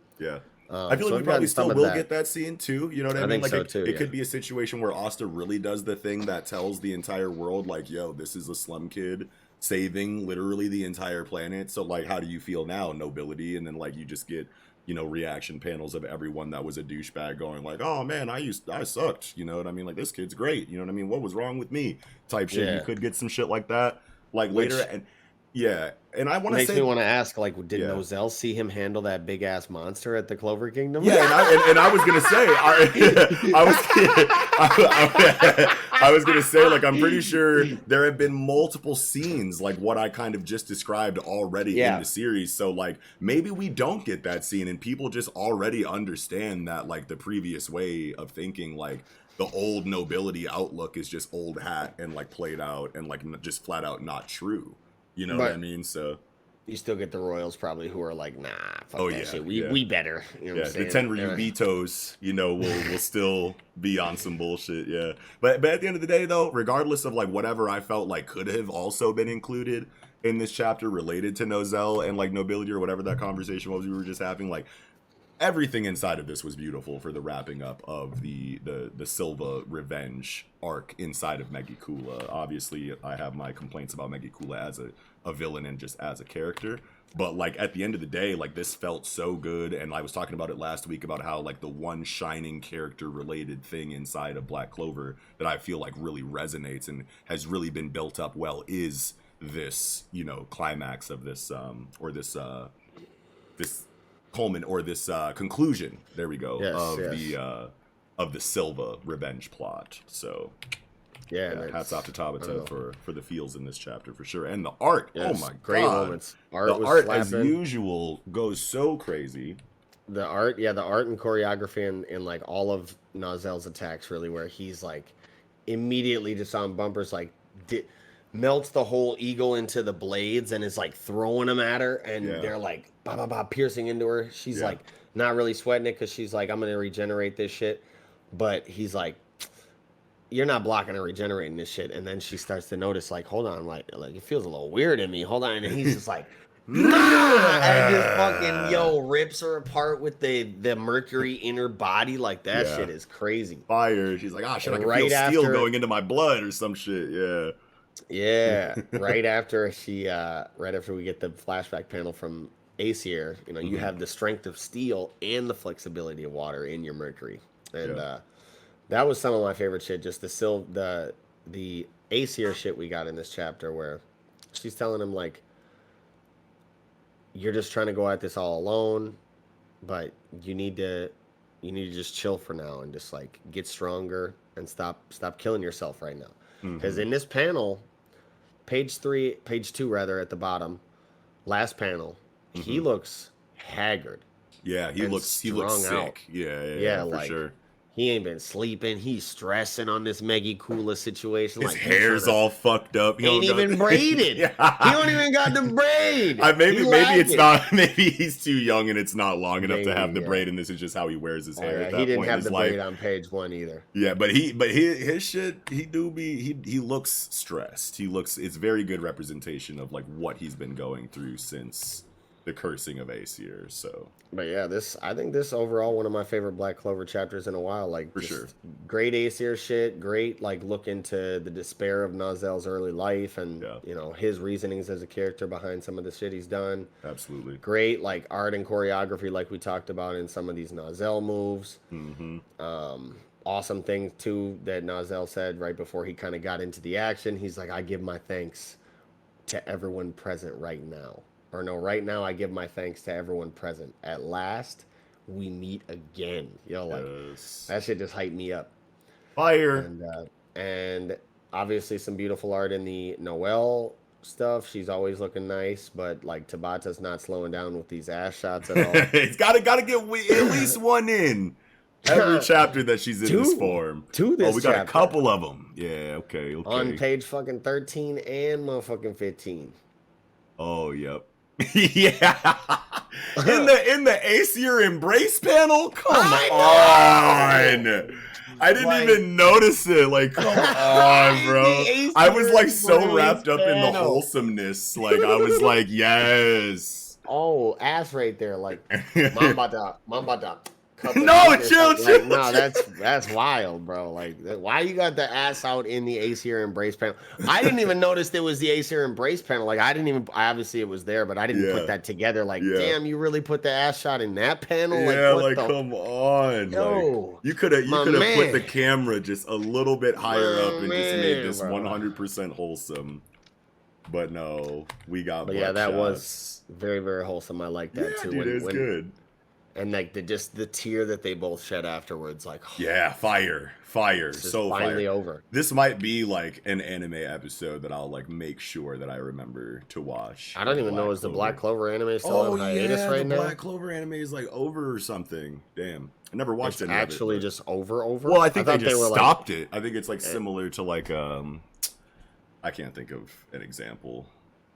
But yeah, I'm pretty sure they just stopped working on it for whatever reason. So yeah, hiatus, done, whatever. Either way, it's not coming out anymore right now. So whatever. Anybody who has a more detailed, version of it that it can tell us like exactly what's going on, let us know in the comments.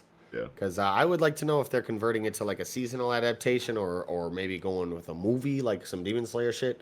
Yeah. Or could be something like that. Or what? Because I know, because they were just starting to get into this shit. So maybe they kind of left the beginnings of it, and then they're planning to do like the mid to climax part of the arc in a movie.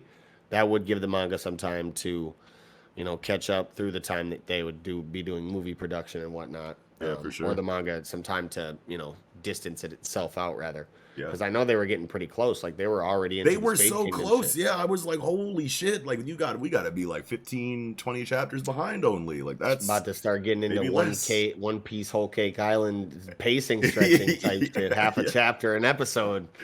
Oh Whoa. God, what would that do for Whoa. Black Clover? I wonder. Asa just like like Goku screams from Asta, people would blow their fucking brains Oh out. yeah, no, the internet would fucking tear that shit apart, bro. I Hilarious. think that's about all I had for this Black Clover chapter, though. Yeah, me too. Great chapter though. Well, with that, I think we can go ahead and get right into chapter 323 of Boku no Hero Academia. That single step. Yes. And this beginning chapter we get of the chapter, or this beginning portion of the chapter that we get was actually really fire between the students and Principal Nezu, Yes. where they're just kind of discussing the implications of bringing Deku back to the school, Yep. as opposed to the reasons why they brought people here in the first place. And we get this dope ass explanation on exactly what UA is on, where like I was totally surprised because I personally thought that like the whole fucking thing was going to be like Yeah. and then just like take off or some shit and fly away. Yeah. But like this is way crazier and way more fucking awesome, where like they're saying if anything goes down, each part of the grounds are sectioned off like a fucking board game slot. Yes. And basically it's just gonna be like the ground opens up and it just fucking gets fucking, it drops in and just gets jettisoned on some fucking like speed rail track to an undisclosed location. It's just gonna be like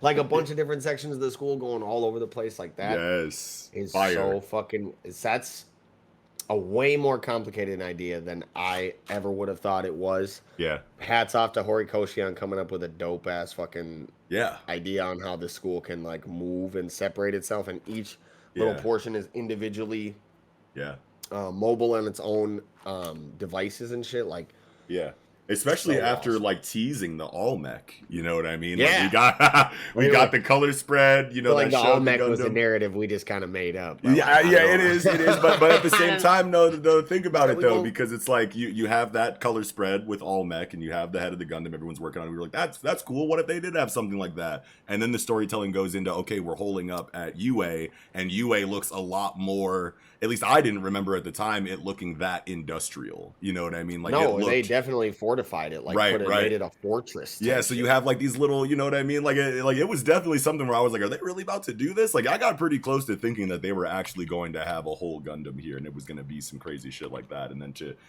turn it into this, or to end up being this, was just awesome to see, because one, it's like I feel like we don't get a whole lot of Principal Nezu, and we know that his quirk is like related to higher brain function, you know what I mean? Like at least, you know, enough to give him not only just like, you know, human sentience, but also well above average genius level intellect. He's like the most intelligent being on the planet, isn't he? Right. Yeah, I think I think they did say something like that. I can't remember off the top of my head right now, but that makes sense. Like that early hero shit. Yeah, absolutely. You know what I mean? So it's cool to see Nezu and get like a almost Nezu centric chapter in the beginning, at the very least, like going into like his quirk and like knowing. I don't even think they talk about his quirk, but like just hearing this from Nezu makes so much sense, and it's so cool to see him kind of like flex in this way, you know, in regard to his plan after the first Shigaraki attack on UA, seeing what his quirk was, thinking about what the potential of his quirk could be after so much time, you know, of him not being apprehended and allowing him to cultivate his ranks and grow, and not just as a leader, but as a character. He like totally makes sense for Nezu to have thoughts like these and to think this far ahead. You know what I mean? So tying it back to him after not seeing a whole lot from him for so long feels really good. It doesn't feel all that hand-wavy. Not that it would, considering this is like a really complicated like architecture like related thing. You know what I mean? But it does. I could see how some people might be like, this kind of maybe feels out of nowhere, but like it really doesn't. You know what I mean? And he got deep pockets, man. We get like he paid for this shit out of his own pocket. Yeah. And Kaminari's like, yo, what the fuck? You got some deep pockets, bro. Yeah. But something that's even more annoying about the all mech situation. is the fact that we get the dialogue. We can even combine with Shiketsu, Yeah. which implies that the two schools are going to merge in some way. Yeah. Um, and then we get obviously like the Olmec color spread. Then we get the rehashing in this chapter of something that was said in early Hero, where it's Yue in the east and Shiketsu in the west. Right. And if you take that and like kind of just combine it with the fact that they said they can combine with Shiketsu. Yeah. And then you also think about the fact that All Might is a hero who spent his time growing up in Japan, but then went and traveled to America in the West Yeah, for sure. to learn hero shit there, and then came back to Japan in the East and was the ultimate hero. East and the West combined, All Might. You know what I'm saying? Yeah, for Where sure. the fuck is All Might? Now we're getting You close and to like Shiketsu combined. You know what I'm saying? We really putting this motherfucker together. Yeah, I love the idea, but hearing you kind of like put all the pieces together like that totally reminded me of like It's Always Sunny in Philadelphia. You know what I mean? With all the fucking yarn and like tacks and shit on the board. Like, you gotta believe me. Carol in account. I can't even remember what the fuck he was like. Yeah. Carol doesn't exist. That shit. Oh my god. Yeah. Hilarious. He's like, Charlie, not only do all these people exist, Yeah. but they're all wondering where the fuck their mail is. Yeah. They're freaking out up there. Nobody's been getting their mail. That was a funny ass episode, man. I love Always Sunny. Hell yeah. I love how it goes into Best Genus like spotlight, you know what I mean? Like here as like the number 2, number 3 hero, whatever place he is, very high ranking. These people are obviously very disgruntled. So he's like, let me do my He's like, hero. President Mike, you ain't shit. They don't want to. They don't care about what you're talking about, man. Right, yeah. Like let me go ahead and hit him with some Best Genus real quick. You know what I mean? And, Yeah. like, this was cool. You know what I mean? Because this is great for Best Genus character. It's great for just like the world of hero to show. Like what high-ranking heroes are capable of outside of a physical situation. I feel like whenever My Hero does a really good job of showing that, and I feel like whenever they do, it's always like one of my favorite parts of the storytelling, because when you show societal backlash, you know what I mean, in the form that My Hero does, where you have members, civilians constantly telling you how they feel about the things that heroes are doing or not able to do, it really drives the stakes of the situation home, because you see the consequences of the losses that they've taken at large inside of the people. You know what I mean? So whenever there's these philosophical clashes, like with a hell of a lot of sense on both sides, I feel like I bring it up across all of our shows about how important that is to me at this point in fictional storytelling, and especially in this area of fictional storytelling. It really drives home how big the situation is in the whole world that the story occupies, because so many more people besides just the main cast are involved. You know what I mean? And I feel like Kohei plays with this brilliantly whenever it's used. And when Genus was doing his thing here, it's just a feeling that I get when I'm reading Hero, where I'm like, this speech is either going to hit and everyone's going to be like, fuck yeah, Best Genus, or it's going to be met with, what we kind of like see here afterwards. You know what I mean? And knowing that, I still went into this scene going, Best Genus is going to straighten them out. He's going to give them what they need to hear, and they're going to be like, okay, well, coming from Best Genus, all right, I guess we'll chill out a little bit. You know what I mean? So it was a subversion for me. You know what I mean? Even thinking about this shit all the time, like when they were like, no way, and they look demonic, like they look angry, they look pissed. He didn't calm them down in any way. In fact, he riled them up even more. You know what I mean? At least visually, and it's just like, so even though it's just talking and arguing, it feels so intense, especially when you turn the page and you see Uraraka just leaping over everybody to get to the megaphone on top of the building. It's just everything. It feels like an action scene, even though it's just dialogue. What lends a big hand in that is like another thing Horikoshi really, really excels at. We always mention it on the show, is just this paneling play where he's always messing around with different designs and different panel separation techniques, where he's got this like jagged lightning bolt aesthetic to the panel separators in this like page 11 of the chapter, where it really conveys just that anger and that, I don't know, that pure sporadic emotion coming from everybody, where it's, I don't know.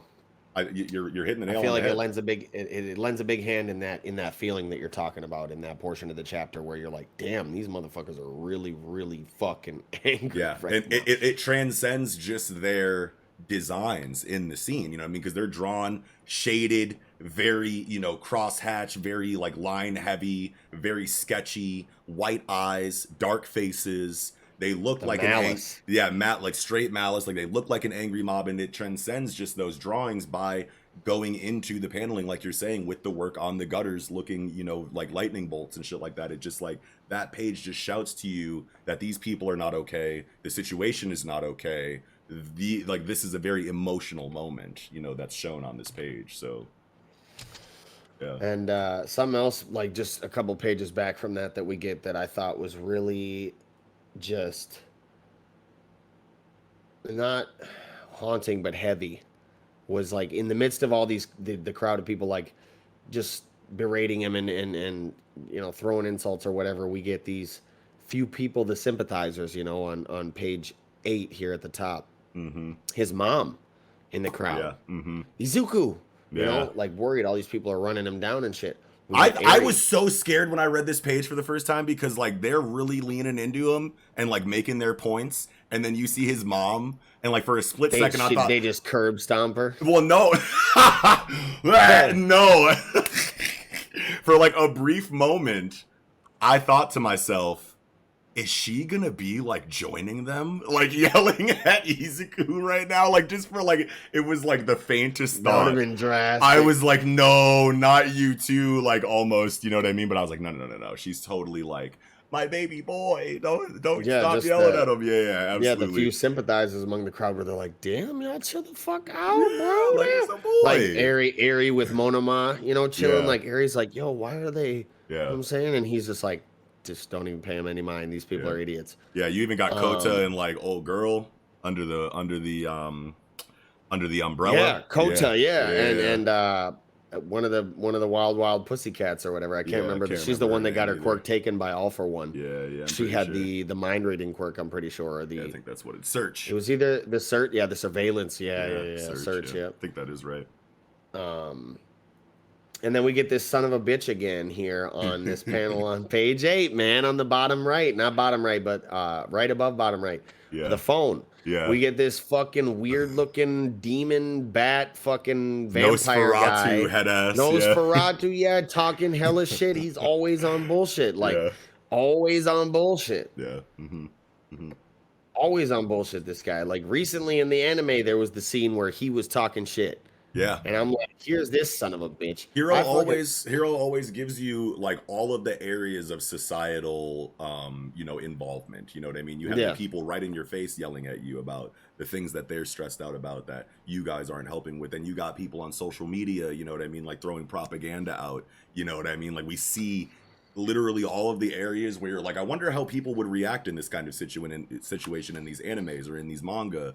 You know what I mean? Like, and now you're literally seeing it from the ground level, you know what I mean? Like from the eye of the civilian in pretty much all of the areas that you'd be curious about. It's like, what does it look like, right here in your face on ground level? What does it look like on Twitter? What does it look like, in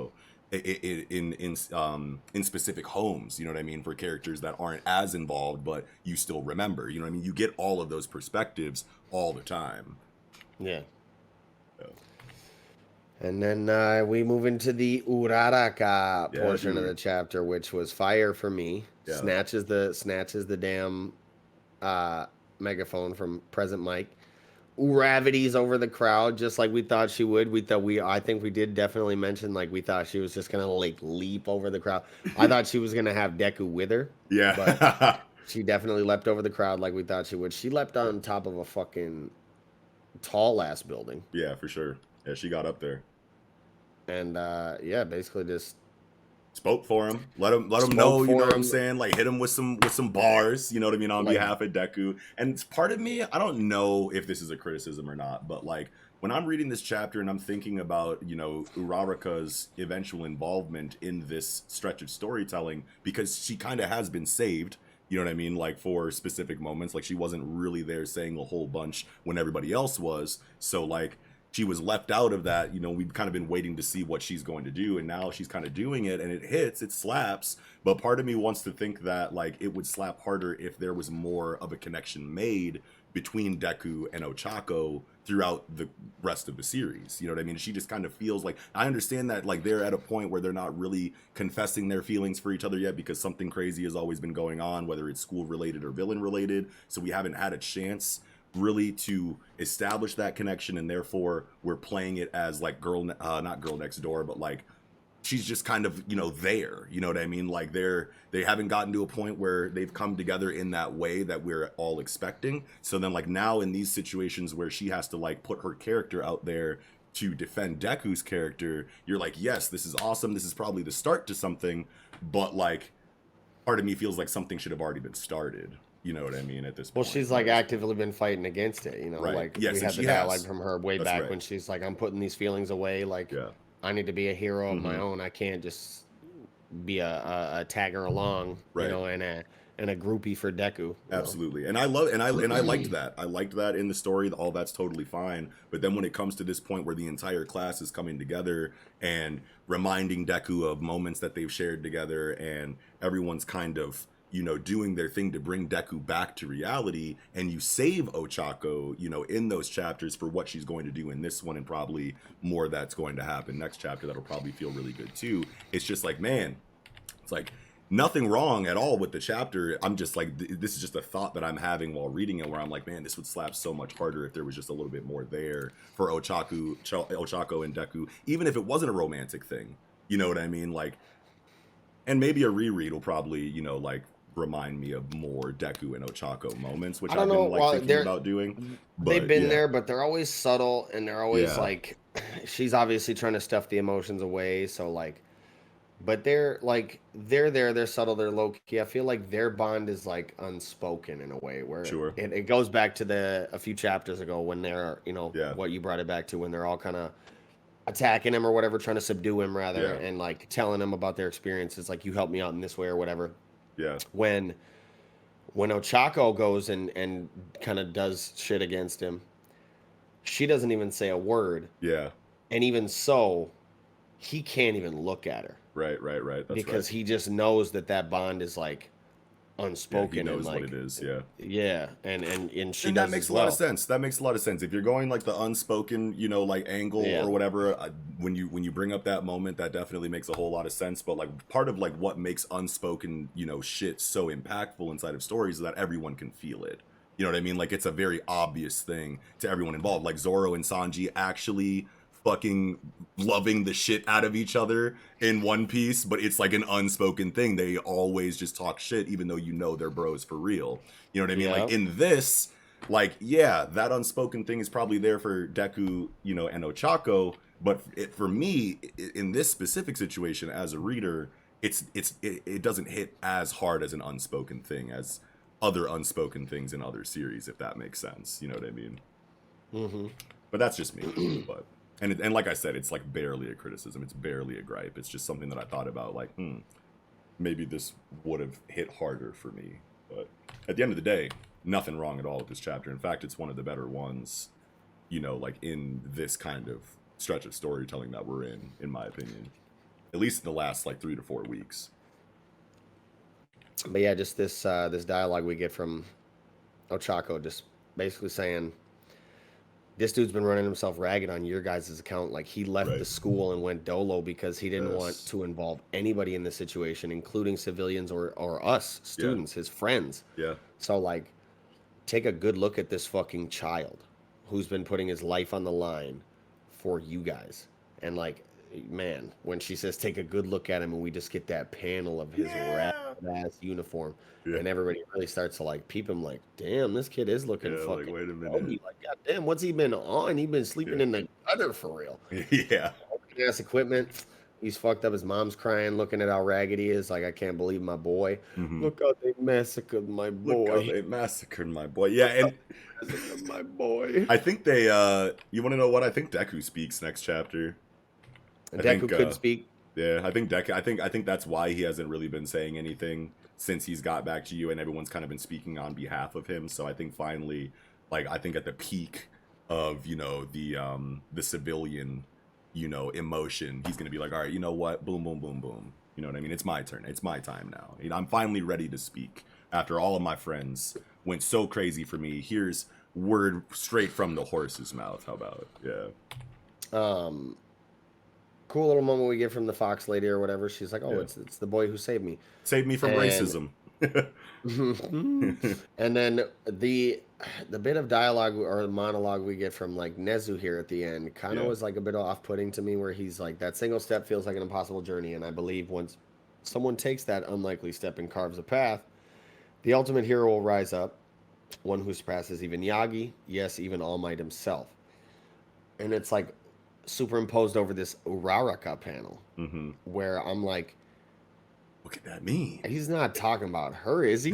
Maybe.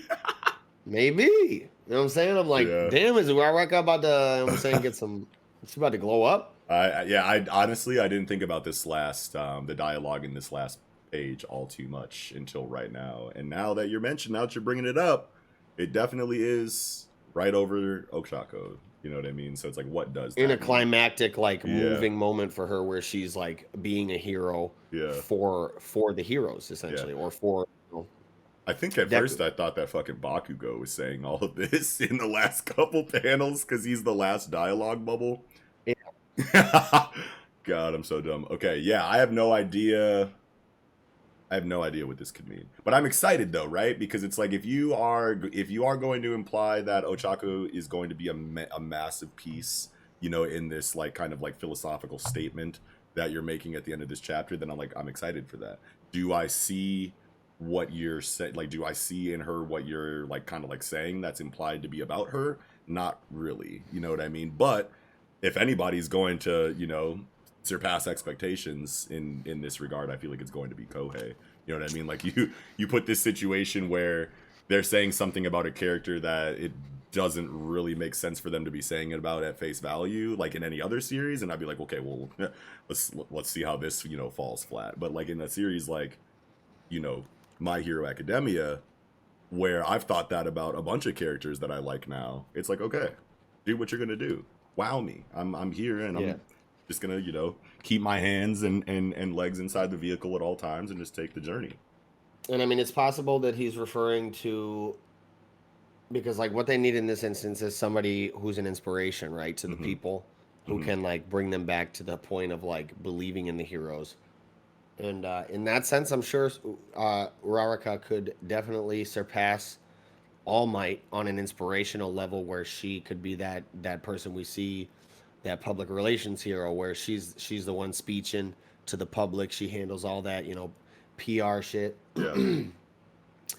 But it's hard to see her like on a physical, like, crime stopping level, Right.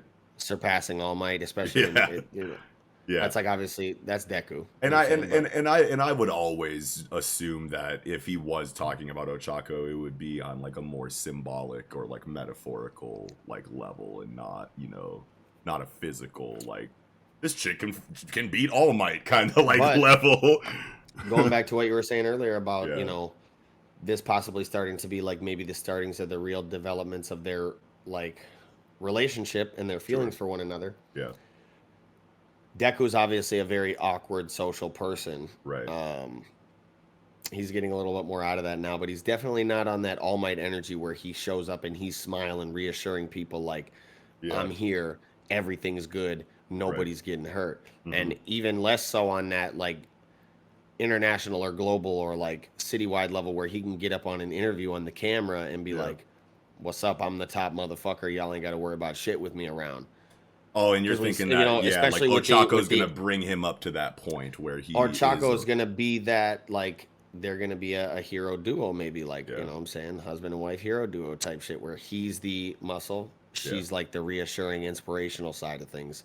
Sure. Also the muscle, because she's got her gunhead martial arts, she's nobody to be trifled with. But right. He's I was gonna say, I don't know how I'd feel if, you know, the entirety, or like not the entirety, but like the primary, you know, outcome of Ochako's character arc is just making Deku a better character. I don't know. Oh no, she'll be body slamming plenty motherfuckers, like all the little... And even just outside of that, I feel like I want more for a female lead than just being, you know, physically capable alongside the other, you know, like I just feel like, you know, like I love when female characters are like that alongside the main cast, you know, but like for the female lead, you know what I mean? Like I definitely want more for her character than just to be, you know, physically capable, and also the reason why Deku is the best character in the series at the end of the day, you know what I mean, or something like that. I don't want her in like I don't want her to be in like a supportive role to that degree. I want, you know, all of the main cast to kind of like shine in their own way by the end of the series in a very like personal, in a vacuum, you can say this about this character and just list off, you know, a litany of their accomplishments and their work as a character. You know, like I don't want it to be like everybody existed for Deku's sake at the end of the day, because like I don't feel that inside of Bakugo, I don't feel that inside of Todoroki, I don't even feel that inside of Kirishima, you know what I mean? So like if it comes back to like Ochako's role just being like she made Deku better, I'm gonna be like, no, well, yeah. That's not what I was trying to say. Really. No, I know that's not what you were trying to say. I'm just saying that's what I don't want it for her like, character. They operate as a hero duo in the future, where they're obviously both doing shit, fighting. Deku's gonna be the one taking out like the big bads with his fucking like blasting away fucking one for all power. Mm-hmm. Ochako has sick ass gravity combined with like sick martial arts. She can obviously body plenty motherfuckers. Yeah. But she would be that inspirational body behind the duo where, you know, she gets up on the screen and tells people like, look, with us around, you ain't got to worry about shit. Right. You know what I'm saying? Yeah. Because Deku, I don't know. I just bring it back to recently in the anime again. I've been watching the new season of Hero now. Yeah. Heard that shit was buns. They had interview practice. Yeah. They have interview practice, and Deku like chokes horribly. He can't even say a word. He's like, oh. So I'm like, oh, he ain't be able to get up in interviews. But I don't know. I've been enjoying the new season. I don't think it's terrible. Oh, I haven't like watched it or anything. I've just been hearing what people have been saying on Twitter or whatever. And apparently now that they're at like first they were like moving arcs around, you know, like as far as like when events happen, they were like changing the timeline up in that regard. But then also like the My Villain Academia adaptation so far has just been cheeks, because they're legitimately just taking things out of the storytelling as far as like what we've seen in the manga. Like someone put like a things they left out, you know, in this episode of My Hero Academia like tweet or whatever, and it's like important stuff. Like Spinner's whole character arc is like not there apparently, you know what I mean? Like a whole bunch of shit. Yeah, it's pretty major. I haven't watched it, so I can't really comment on it too much. That's just my anecdote from Twitter. But yeah, they're trying to just condense shit too much. Like they're like, nobody gives a fuck about this lizard guy. I have no idea. I really hope, dude. I really hope that is not like the thing. I'm going to say confidently that could not be the thinking for it. Maybe it has something to do with the fact that it's aired like early in the morning, you know, like in children's show slots or whatever in Japan. So they want to take out certain things that they think might be too mature, maybe. I don't know how that really relates to Spinner as much, unless they're trying to censor like his whole, you know, Morlock like racist arc, you know what I mean, like or discrimination, you know, kind of like arc that they're kind of going with him. I have no idea why they would want to censor something like that, but like you never know. I honestly have no input that matters on the subject right now until I watch it, or until you watch it and let me know. I don't know, but that's just what I heard. Yeah. I think that's about all I had for this chapter, though. We kind of went off on a bit of a tangent. Yeah. I'm good though. Great combo. Alrighty then. Well, with that, I think we can go ahead and move right into the piece de resistance, chapter 1022 of One Piece. The stars take the stage. Yes. Let's fucking go. Oh my god. Yo. And before we kind of get into it, we got the reader request front cover panel. Frog playing hide and seek with the Tontatas in a bunch of hydrangea flowers. Love it. I want it on a t-shirt. It's a pretty cool, you know, just little good time, ha ha ha, whatever. Yeah. Been missing the Tontatas a little bit. My reread Dressrosa for them. I could live without them. They're all right. I don't mind them, but like it's whatever. I feel like no one likes the Tontatas, and like I've always just been like, oh, it's my little people, my little guys. Hey, Leo, I fuck with Leo. You know what I'm saying? Yeah, for sure. And I like the Hercules beetle The kid. beetle dude, yeah, he's strong as fuck, bro. Yeah, dude, they're fucking cool. Hell yeah.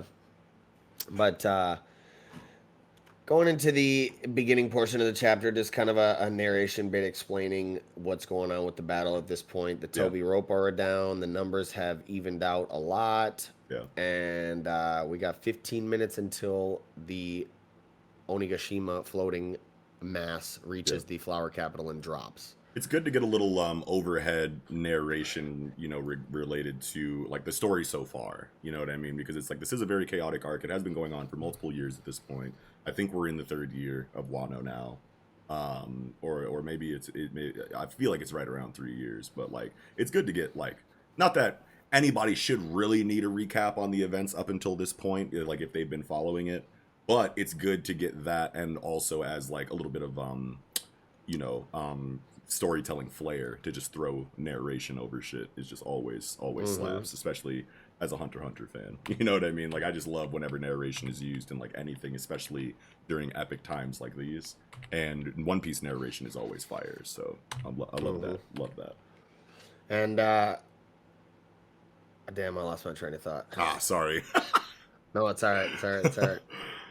But dude, this chapter was hype, bro. This chapter was so sick. I love the Fukurokuju versus Raizo interaction, because he's like, look, man, it makes sense. Like, I'm a ninja. We work for, you know, the Shogun or whatever. This is like a part of our culture. That's how it's always been.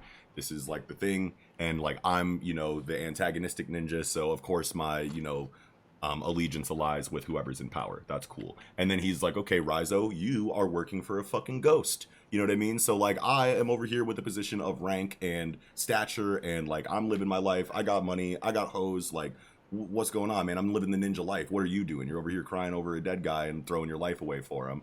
And he's like, nah, dog, we all died that day. Yeah, we're all like, ghosts.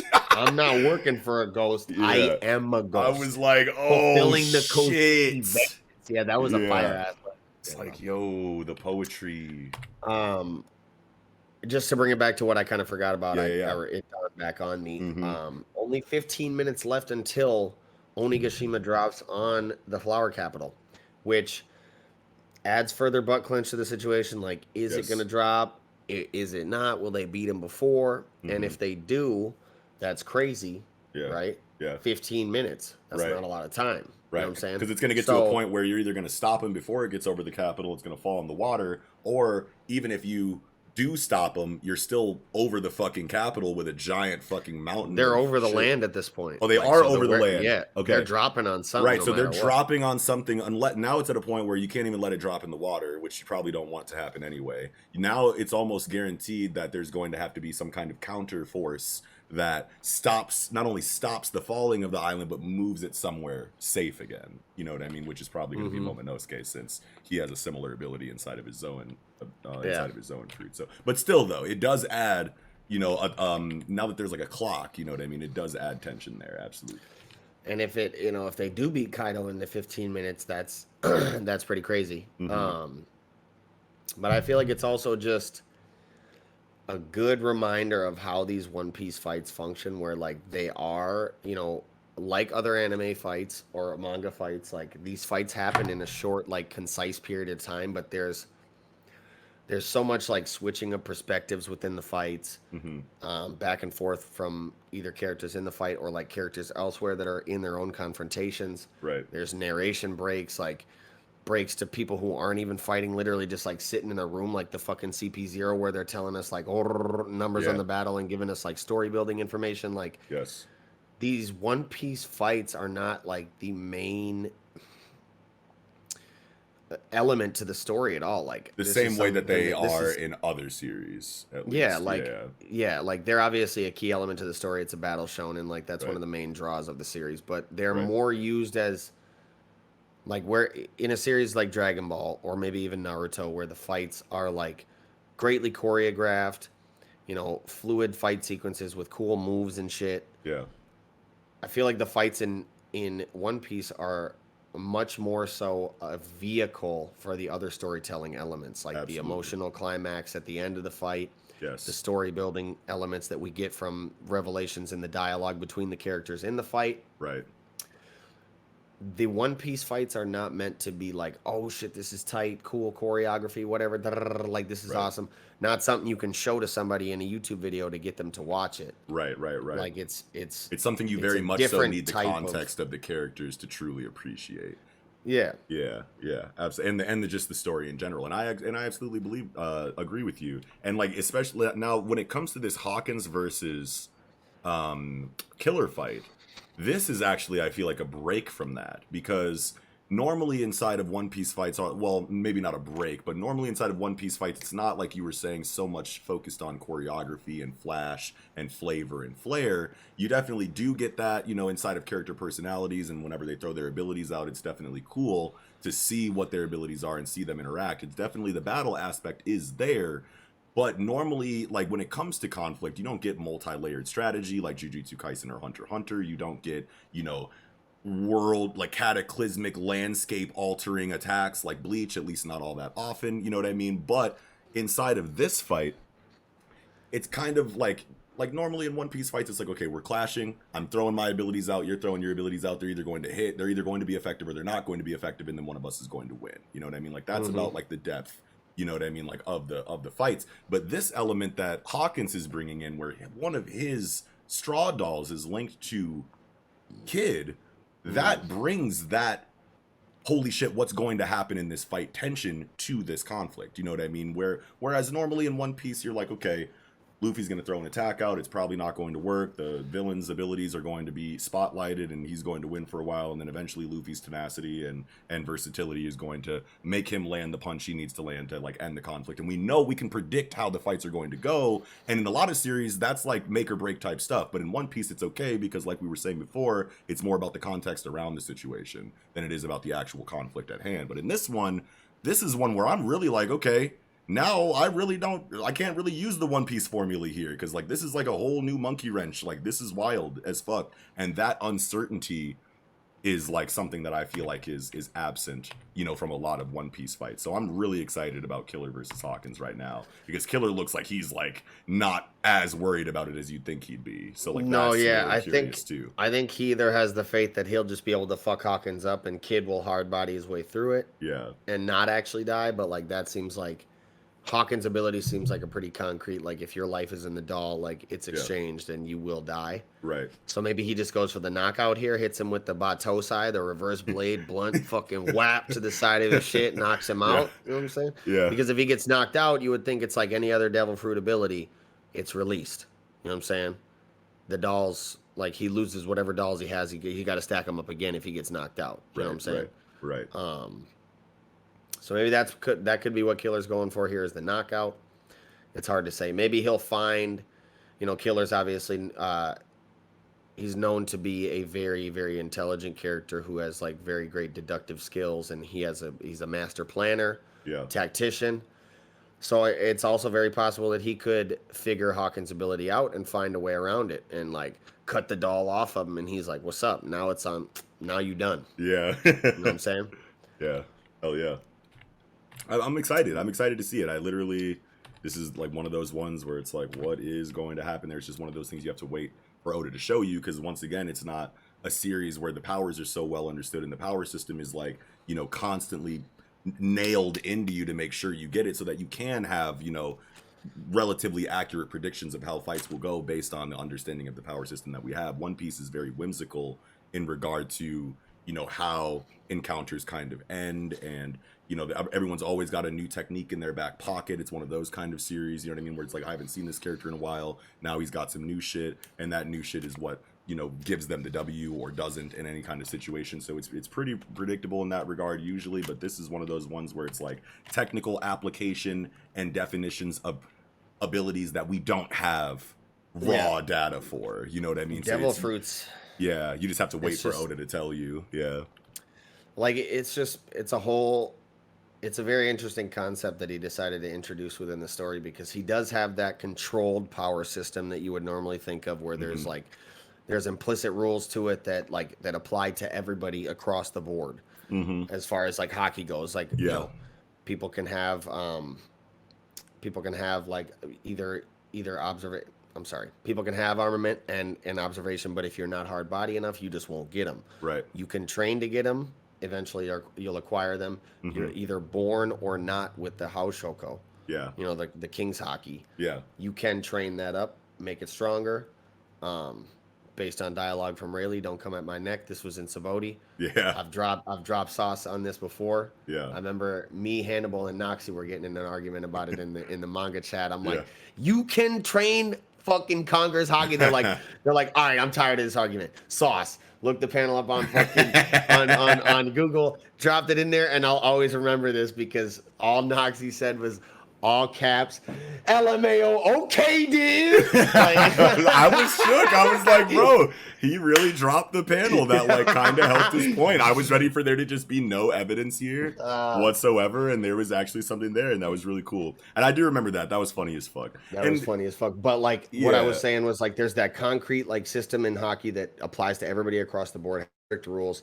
Yeah. But like Devil Fruit also like it has 1 or 2 strict rules that apply to everybody. Like you can't swim. Yeah.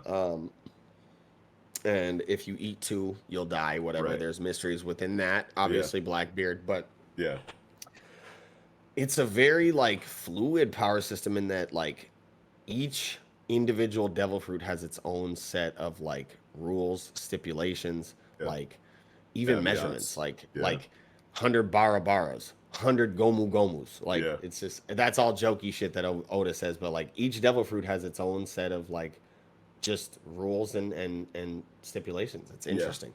I think the issue that comes when debating or discussing One Piece conflicts is inside of the energy systems that we have one that does feel a lot more structured. You know what I mean? It does have a lot more rules. It does have a lot more blanket things that apply to everyone who uses it.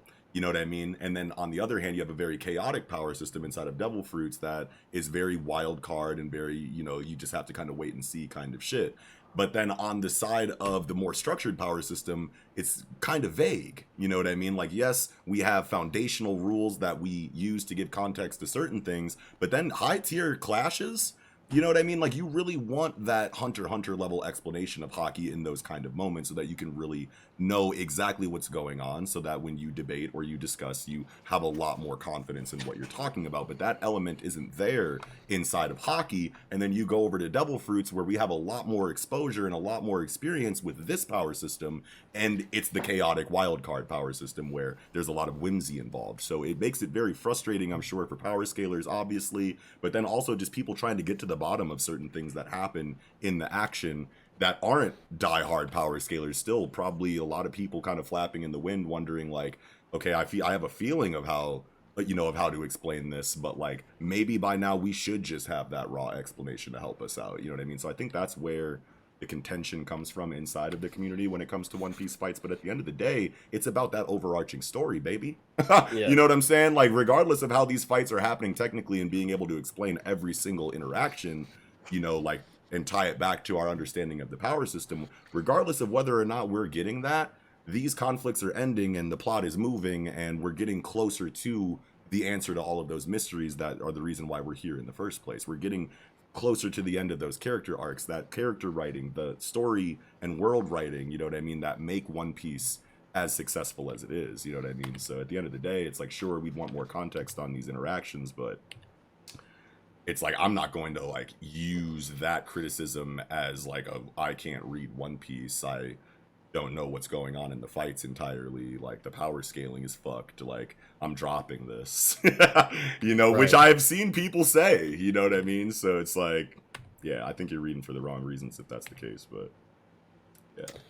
Most definitely. And then we get this badass double sprayed of King the Wildfire and Queen the Plague on them, just all flexed up. In all their glory.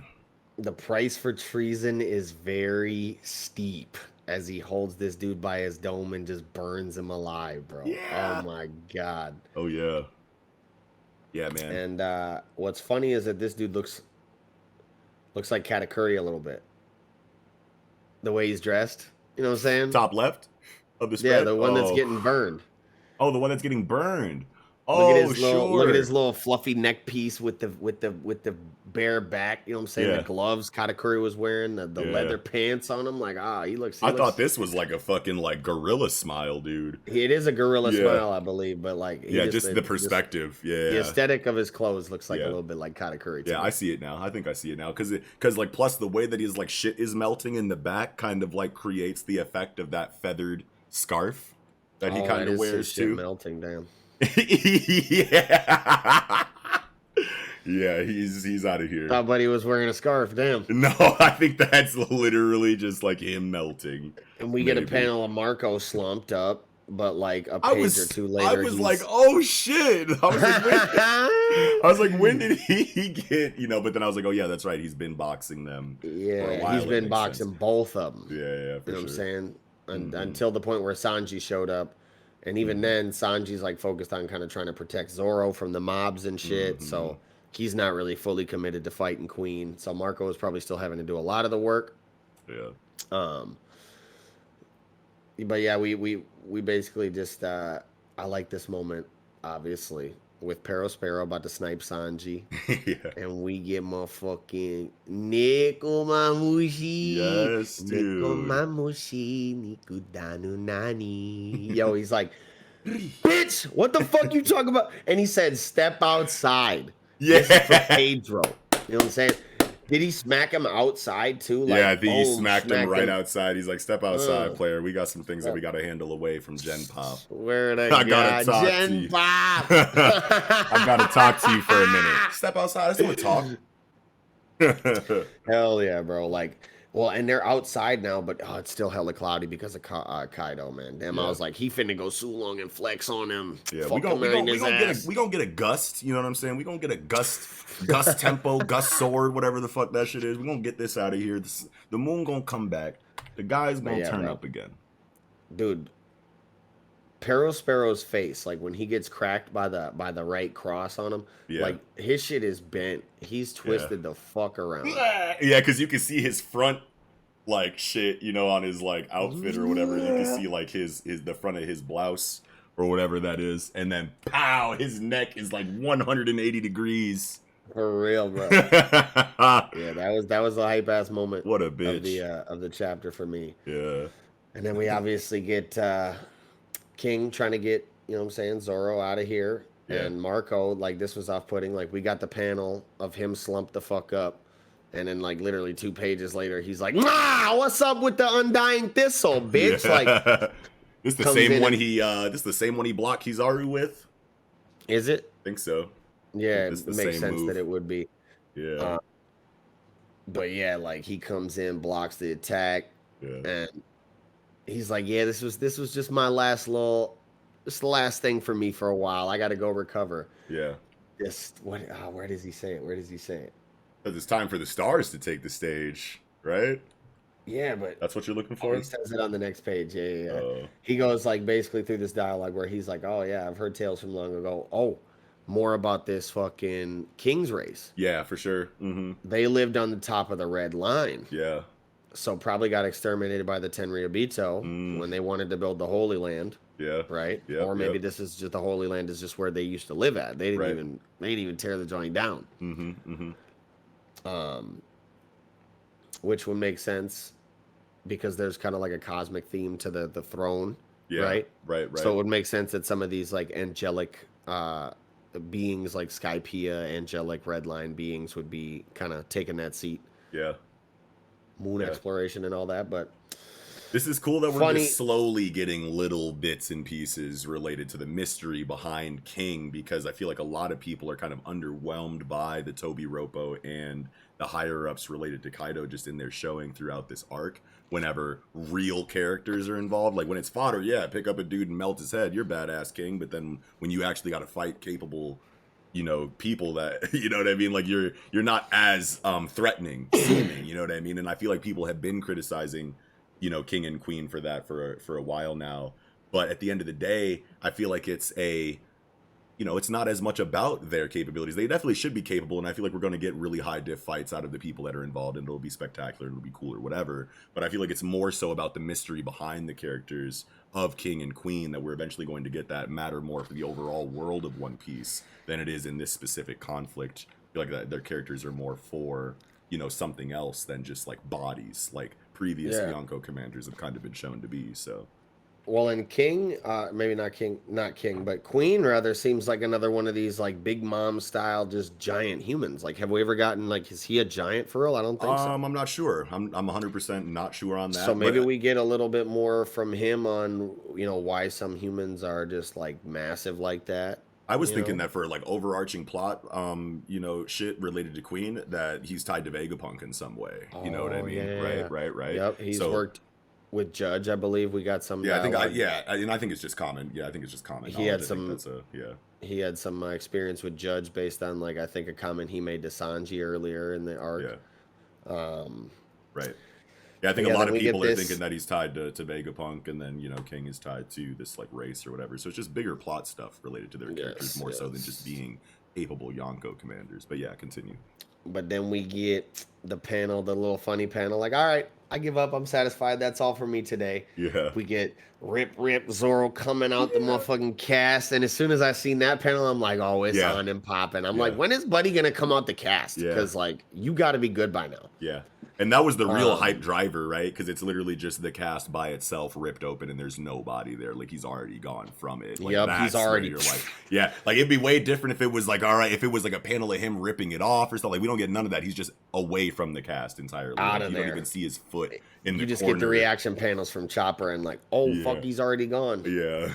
And Marco says it's time for the stars to take the stage. Yeah. Suntory. Diablo. Yo, Purgatory, Onigiri, and Mouton Malais. Yeah, fire. Fuck them up, bro. Like, this is what I've been waiting for. Yeah, this is matchups that people were speculating on fucking years ago. Like, who's gonna fight who? It's gonna be Sanji Queen, King, Zoro. Oh, will it be Sanji fucking King because he can fly? Zoro Queen because they're ground based. Right. But I'm so hyped to see this. Yeah. I just can't even explain it. Like, I love this kick from Sanji because like the way that his body is kind of positioned is like very reminiscent to me of like earlier One Piece. I feel like we don't see him in these like really bendy, you know what I mean, like contorted almost like positions when he's fighting as much anymore. At least I don't remember. You know what I mean? So like seeing them fight together to attack these two commanders in this double spread, and Sanji like just looks more like pre-time skip Sanji than he usually does to me, was just like so like, yeah, like this really. It almost looks like he's about to follow through with like an axe kick to the back of, to the back of Zoro's dome. Oh shit. It? Oh, kinda, yeah. Like he kicked him and now he's about to bring it down on Buddy shit. Yeah. But no, then this dialogue we get from this them. man is, bro. He looks like fucking East Blue, like Baratie. Sanji. I saw that too, and I'm like, what the fuck, bro? I just really wanted to, anyway. And then we get the dialogue between the two fucking pillars of the king, baby. Oi, twirly. Once we conquer this battle, and this how you know there's that brotherly bond. Yeah. Sanji just finishes his sentence. He says, "Yup, we're going to catch a glimpse of Luffy as the king of the pirates, baby." Which is hype just for the quote alone, but then also the confidence they have in themselves to take out King and Queen before Luffy beats Kaido so that they can pull up and get a front row seat for it is just also adding to the badassery of the moment. Oh, and you know they will. I can't wait for Sanji to whip out the raid suit though. And something I think I've been wondering why we haven't. Maybe it's just because he's been waiting for the final like fight that he'll have. But I've been wondering. I'm like, man, if you have already embraced the raid suit, why ain't you been in that motherfucker the whole time? I need the raid suit redesign, man. Yeah, for sure. Victorian Dracula, motherfucking stunt Mr. Prince style with the cape and shit, like the frilly fucking chest piece. Hell yeah! I remember I brought it up before, and you were like, I brought it up on the show, the design that I wanted, and you're like, what you just described sounds so ass. Well, because the way they keep going. I do remember that. But well, dude, because the way that I kind of think about it is like, okay, so if you're going to have the raid suit modified, like in a way to where it's in the can, and then, you know, it comes out of the can and it's like, you know, this really cool stylistic, like Sanji style, you know, outfit. That'd be fucking fire. My homeboy Zach also had a really cool idea that the raid suit, maybe they tinker with it in a way to where he has it in his gloves, since he's wearing gloves now or whatever, and that like this, he's just always wearing the raid suit because it's just like on his hands, you know, or whatever, and then he just boop boop, and then it turns into like the whole thing, and that would like allow more for him to just like always have a different like suit or a different like outfit every arc like he usually does. But I guess that like even without the glove idea, if he does just keep the raid suit in a can, he can continue to just wear whatever outfit he wants for the arc, and then it only goes into that, you know, for the raid suit. That makes a lot of sense. I mean, it was like it coats your whole body with like a further protective layer, like strengthens your fortitude and your like physical abilities, obviously. So it's hard for me to imagine how just wearing a pair of gloves could do that, like make your legs more sturdy, for instance. But no, like you know how like in Iron Man 2, I think, you know what I mean, he has it on his hand, and then it like ting ting ting ting ting. Yeah, and then it like covers the rest of you. Yeah. I don't think my homeboy Zach's idea was that he would just have the power of the raid suit in his hands. I think he definitely was thinking in rest form, it's just gloves, and then when it activates, it covers you in like a crazy way, which is totally inside of the realm of possibility for a series like One Piece, where characters like Frankie can fucking build stairs, like wall climbing them, you know what I mean? Like build like just platforms on air, you know what I mean? Like, so it's totally a thing, you know, that could happen. But yeah.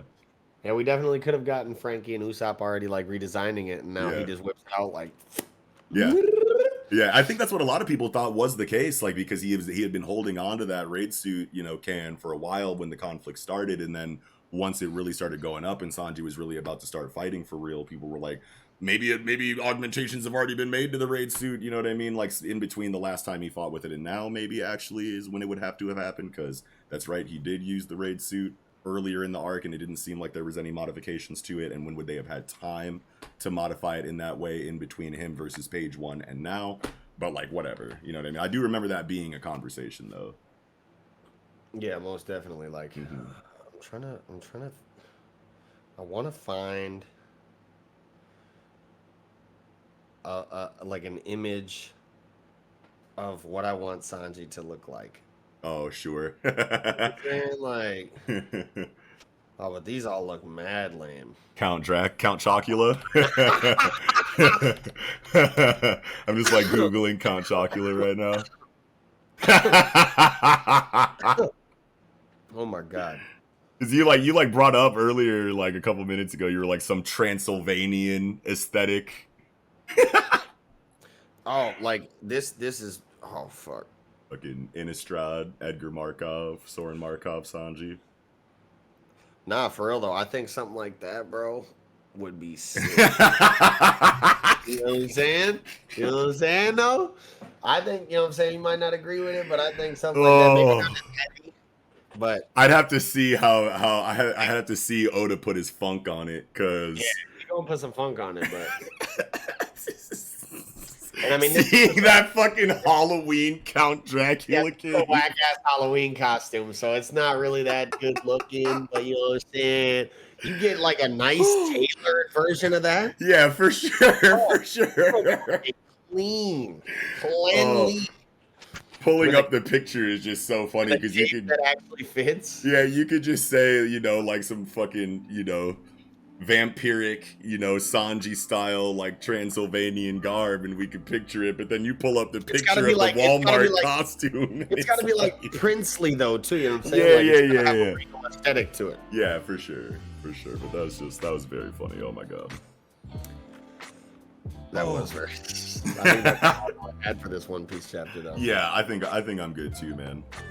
All right, well, that will do it. Thank you all so much for watching. If you did, be sure to slap a like on this video, like we said at the beginning, and subscribe to the channel for more fire ass content week to week. Let us know what you thought of this weekend. Jump down in that comment section, and you know, we had a few questions throughout the podcast. Answer those down below if you can. Yes.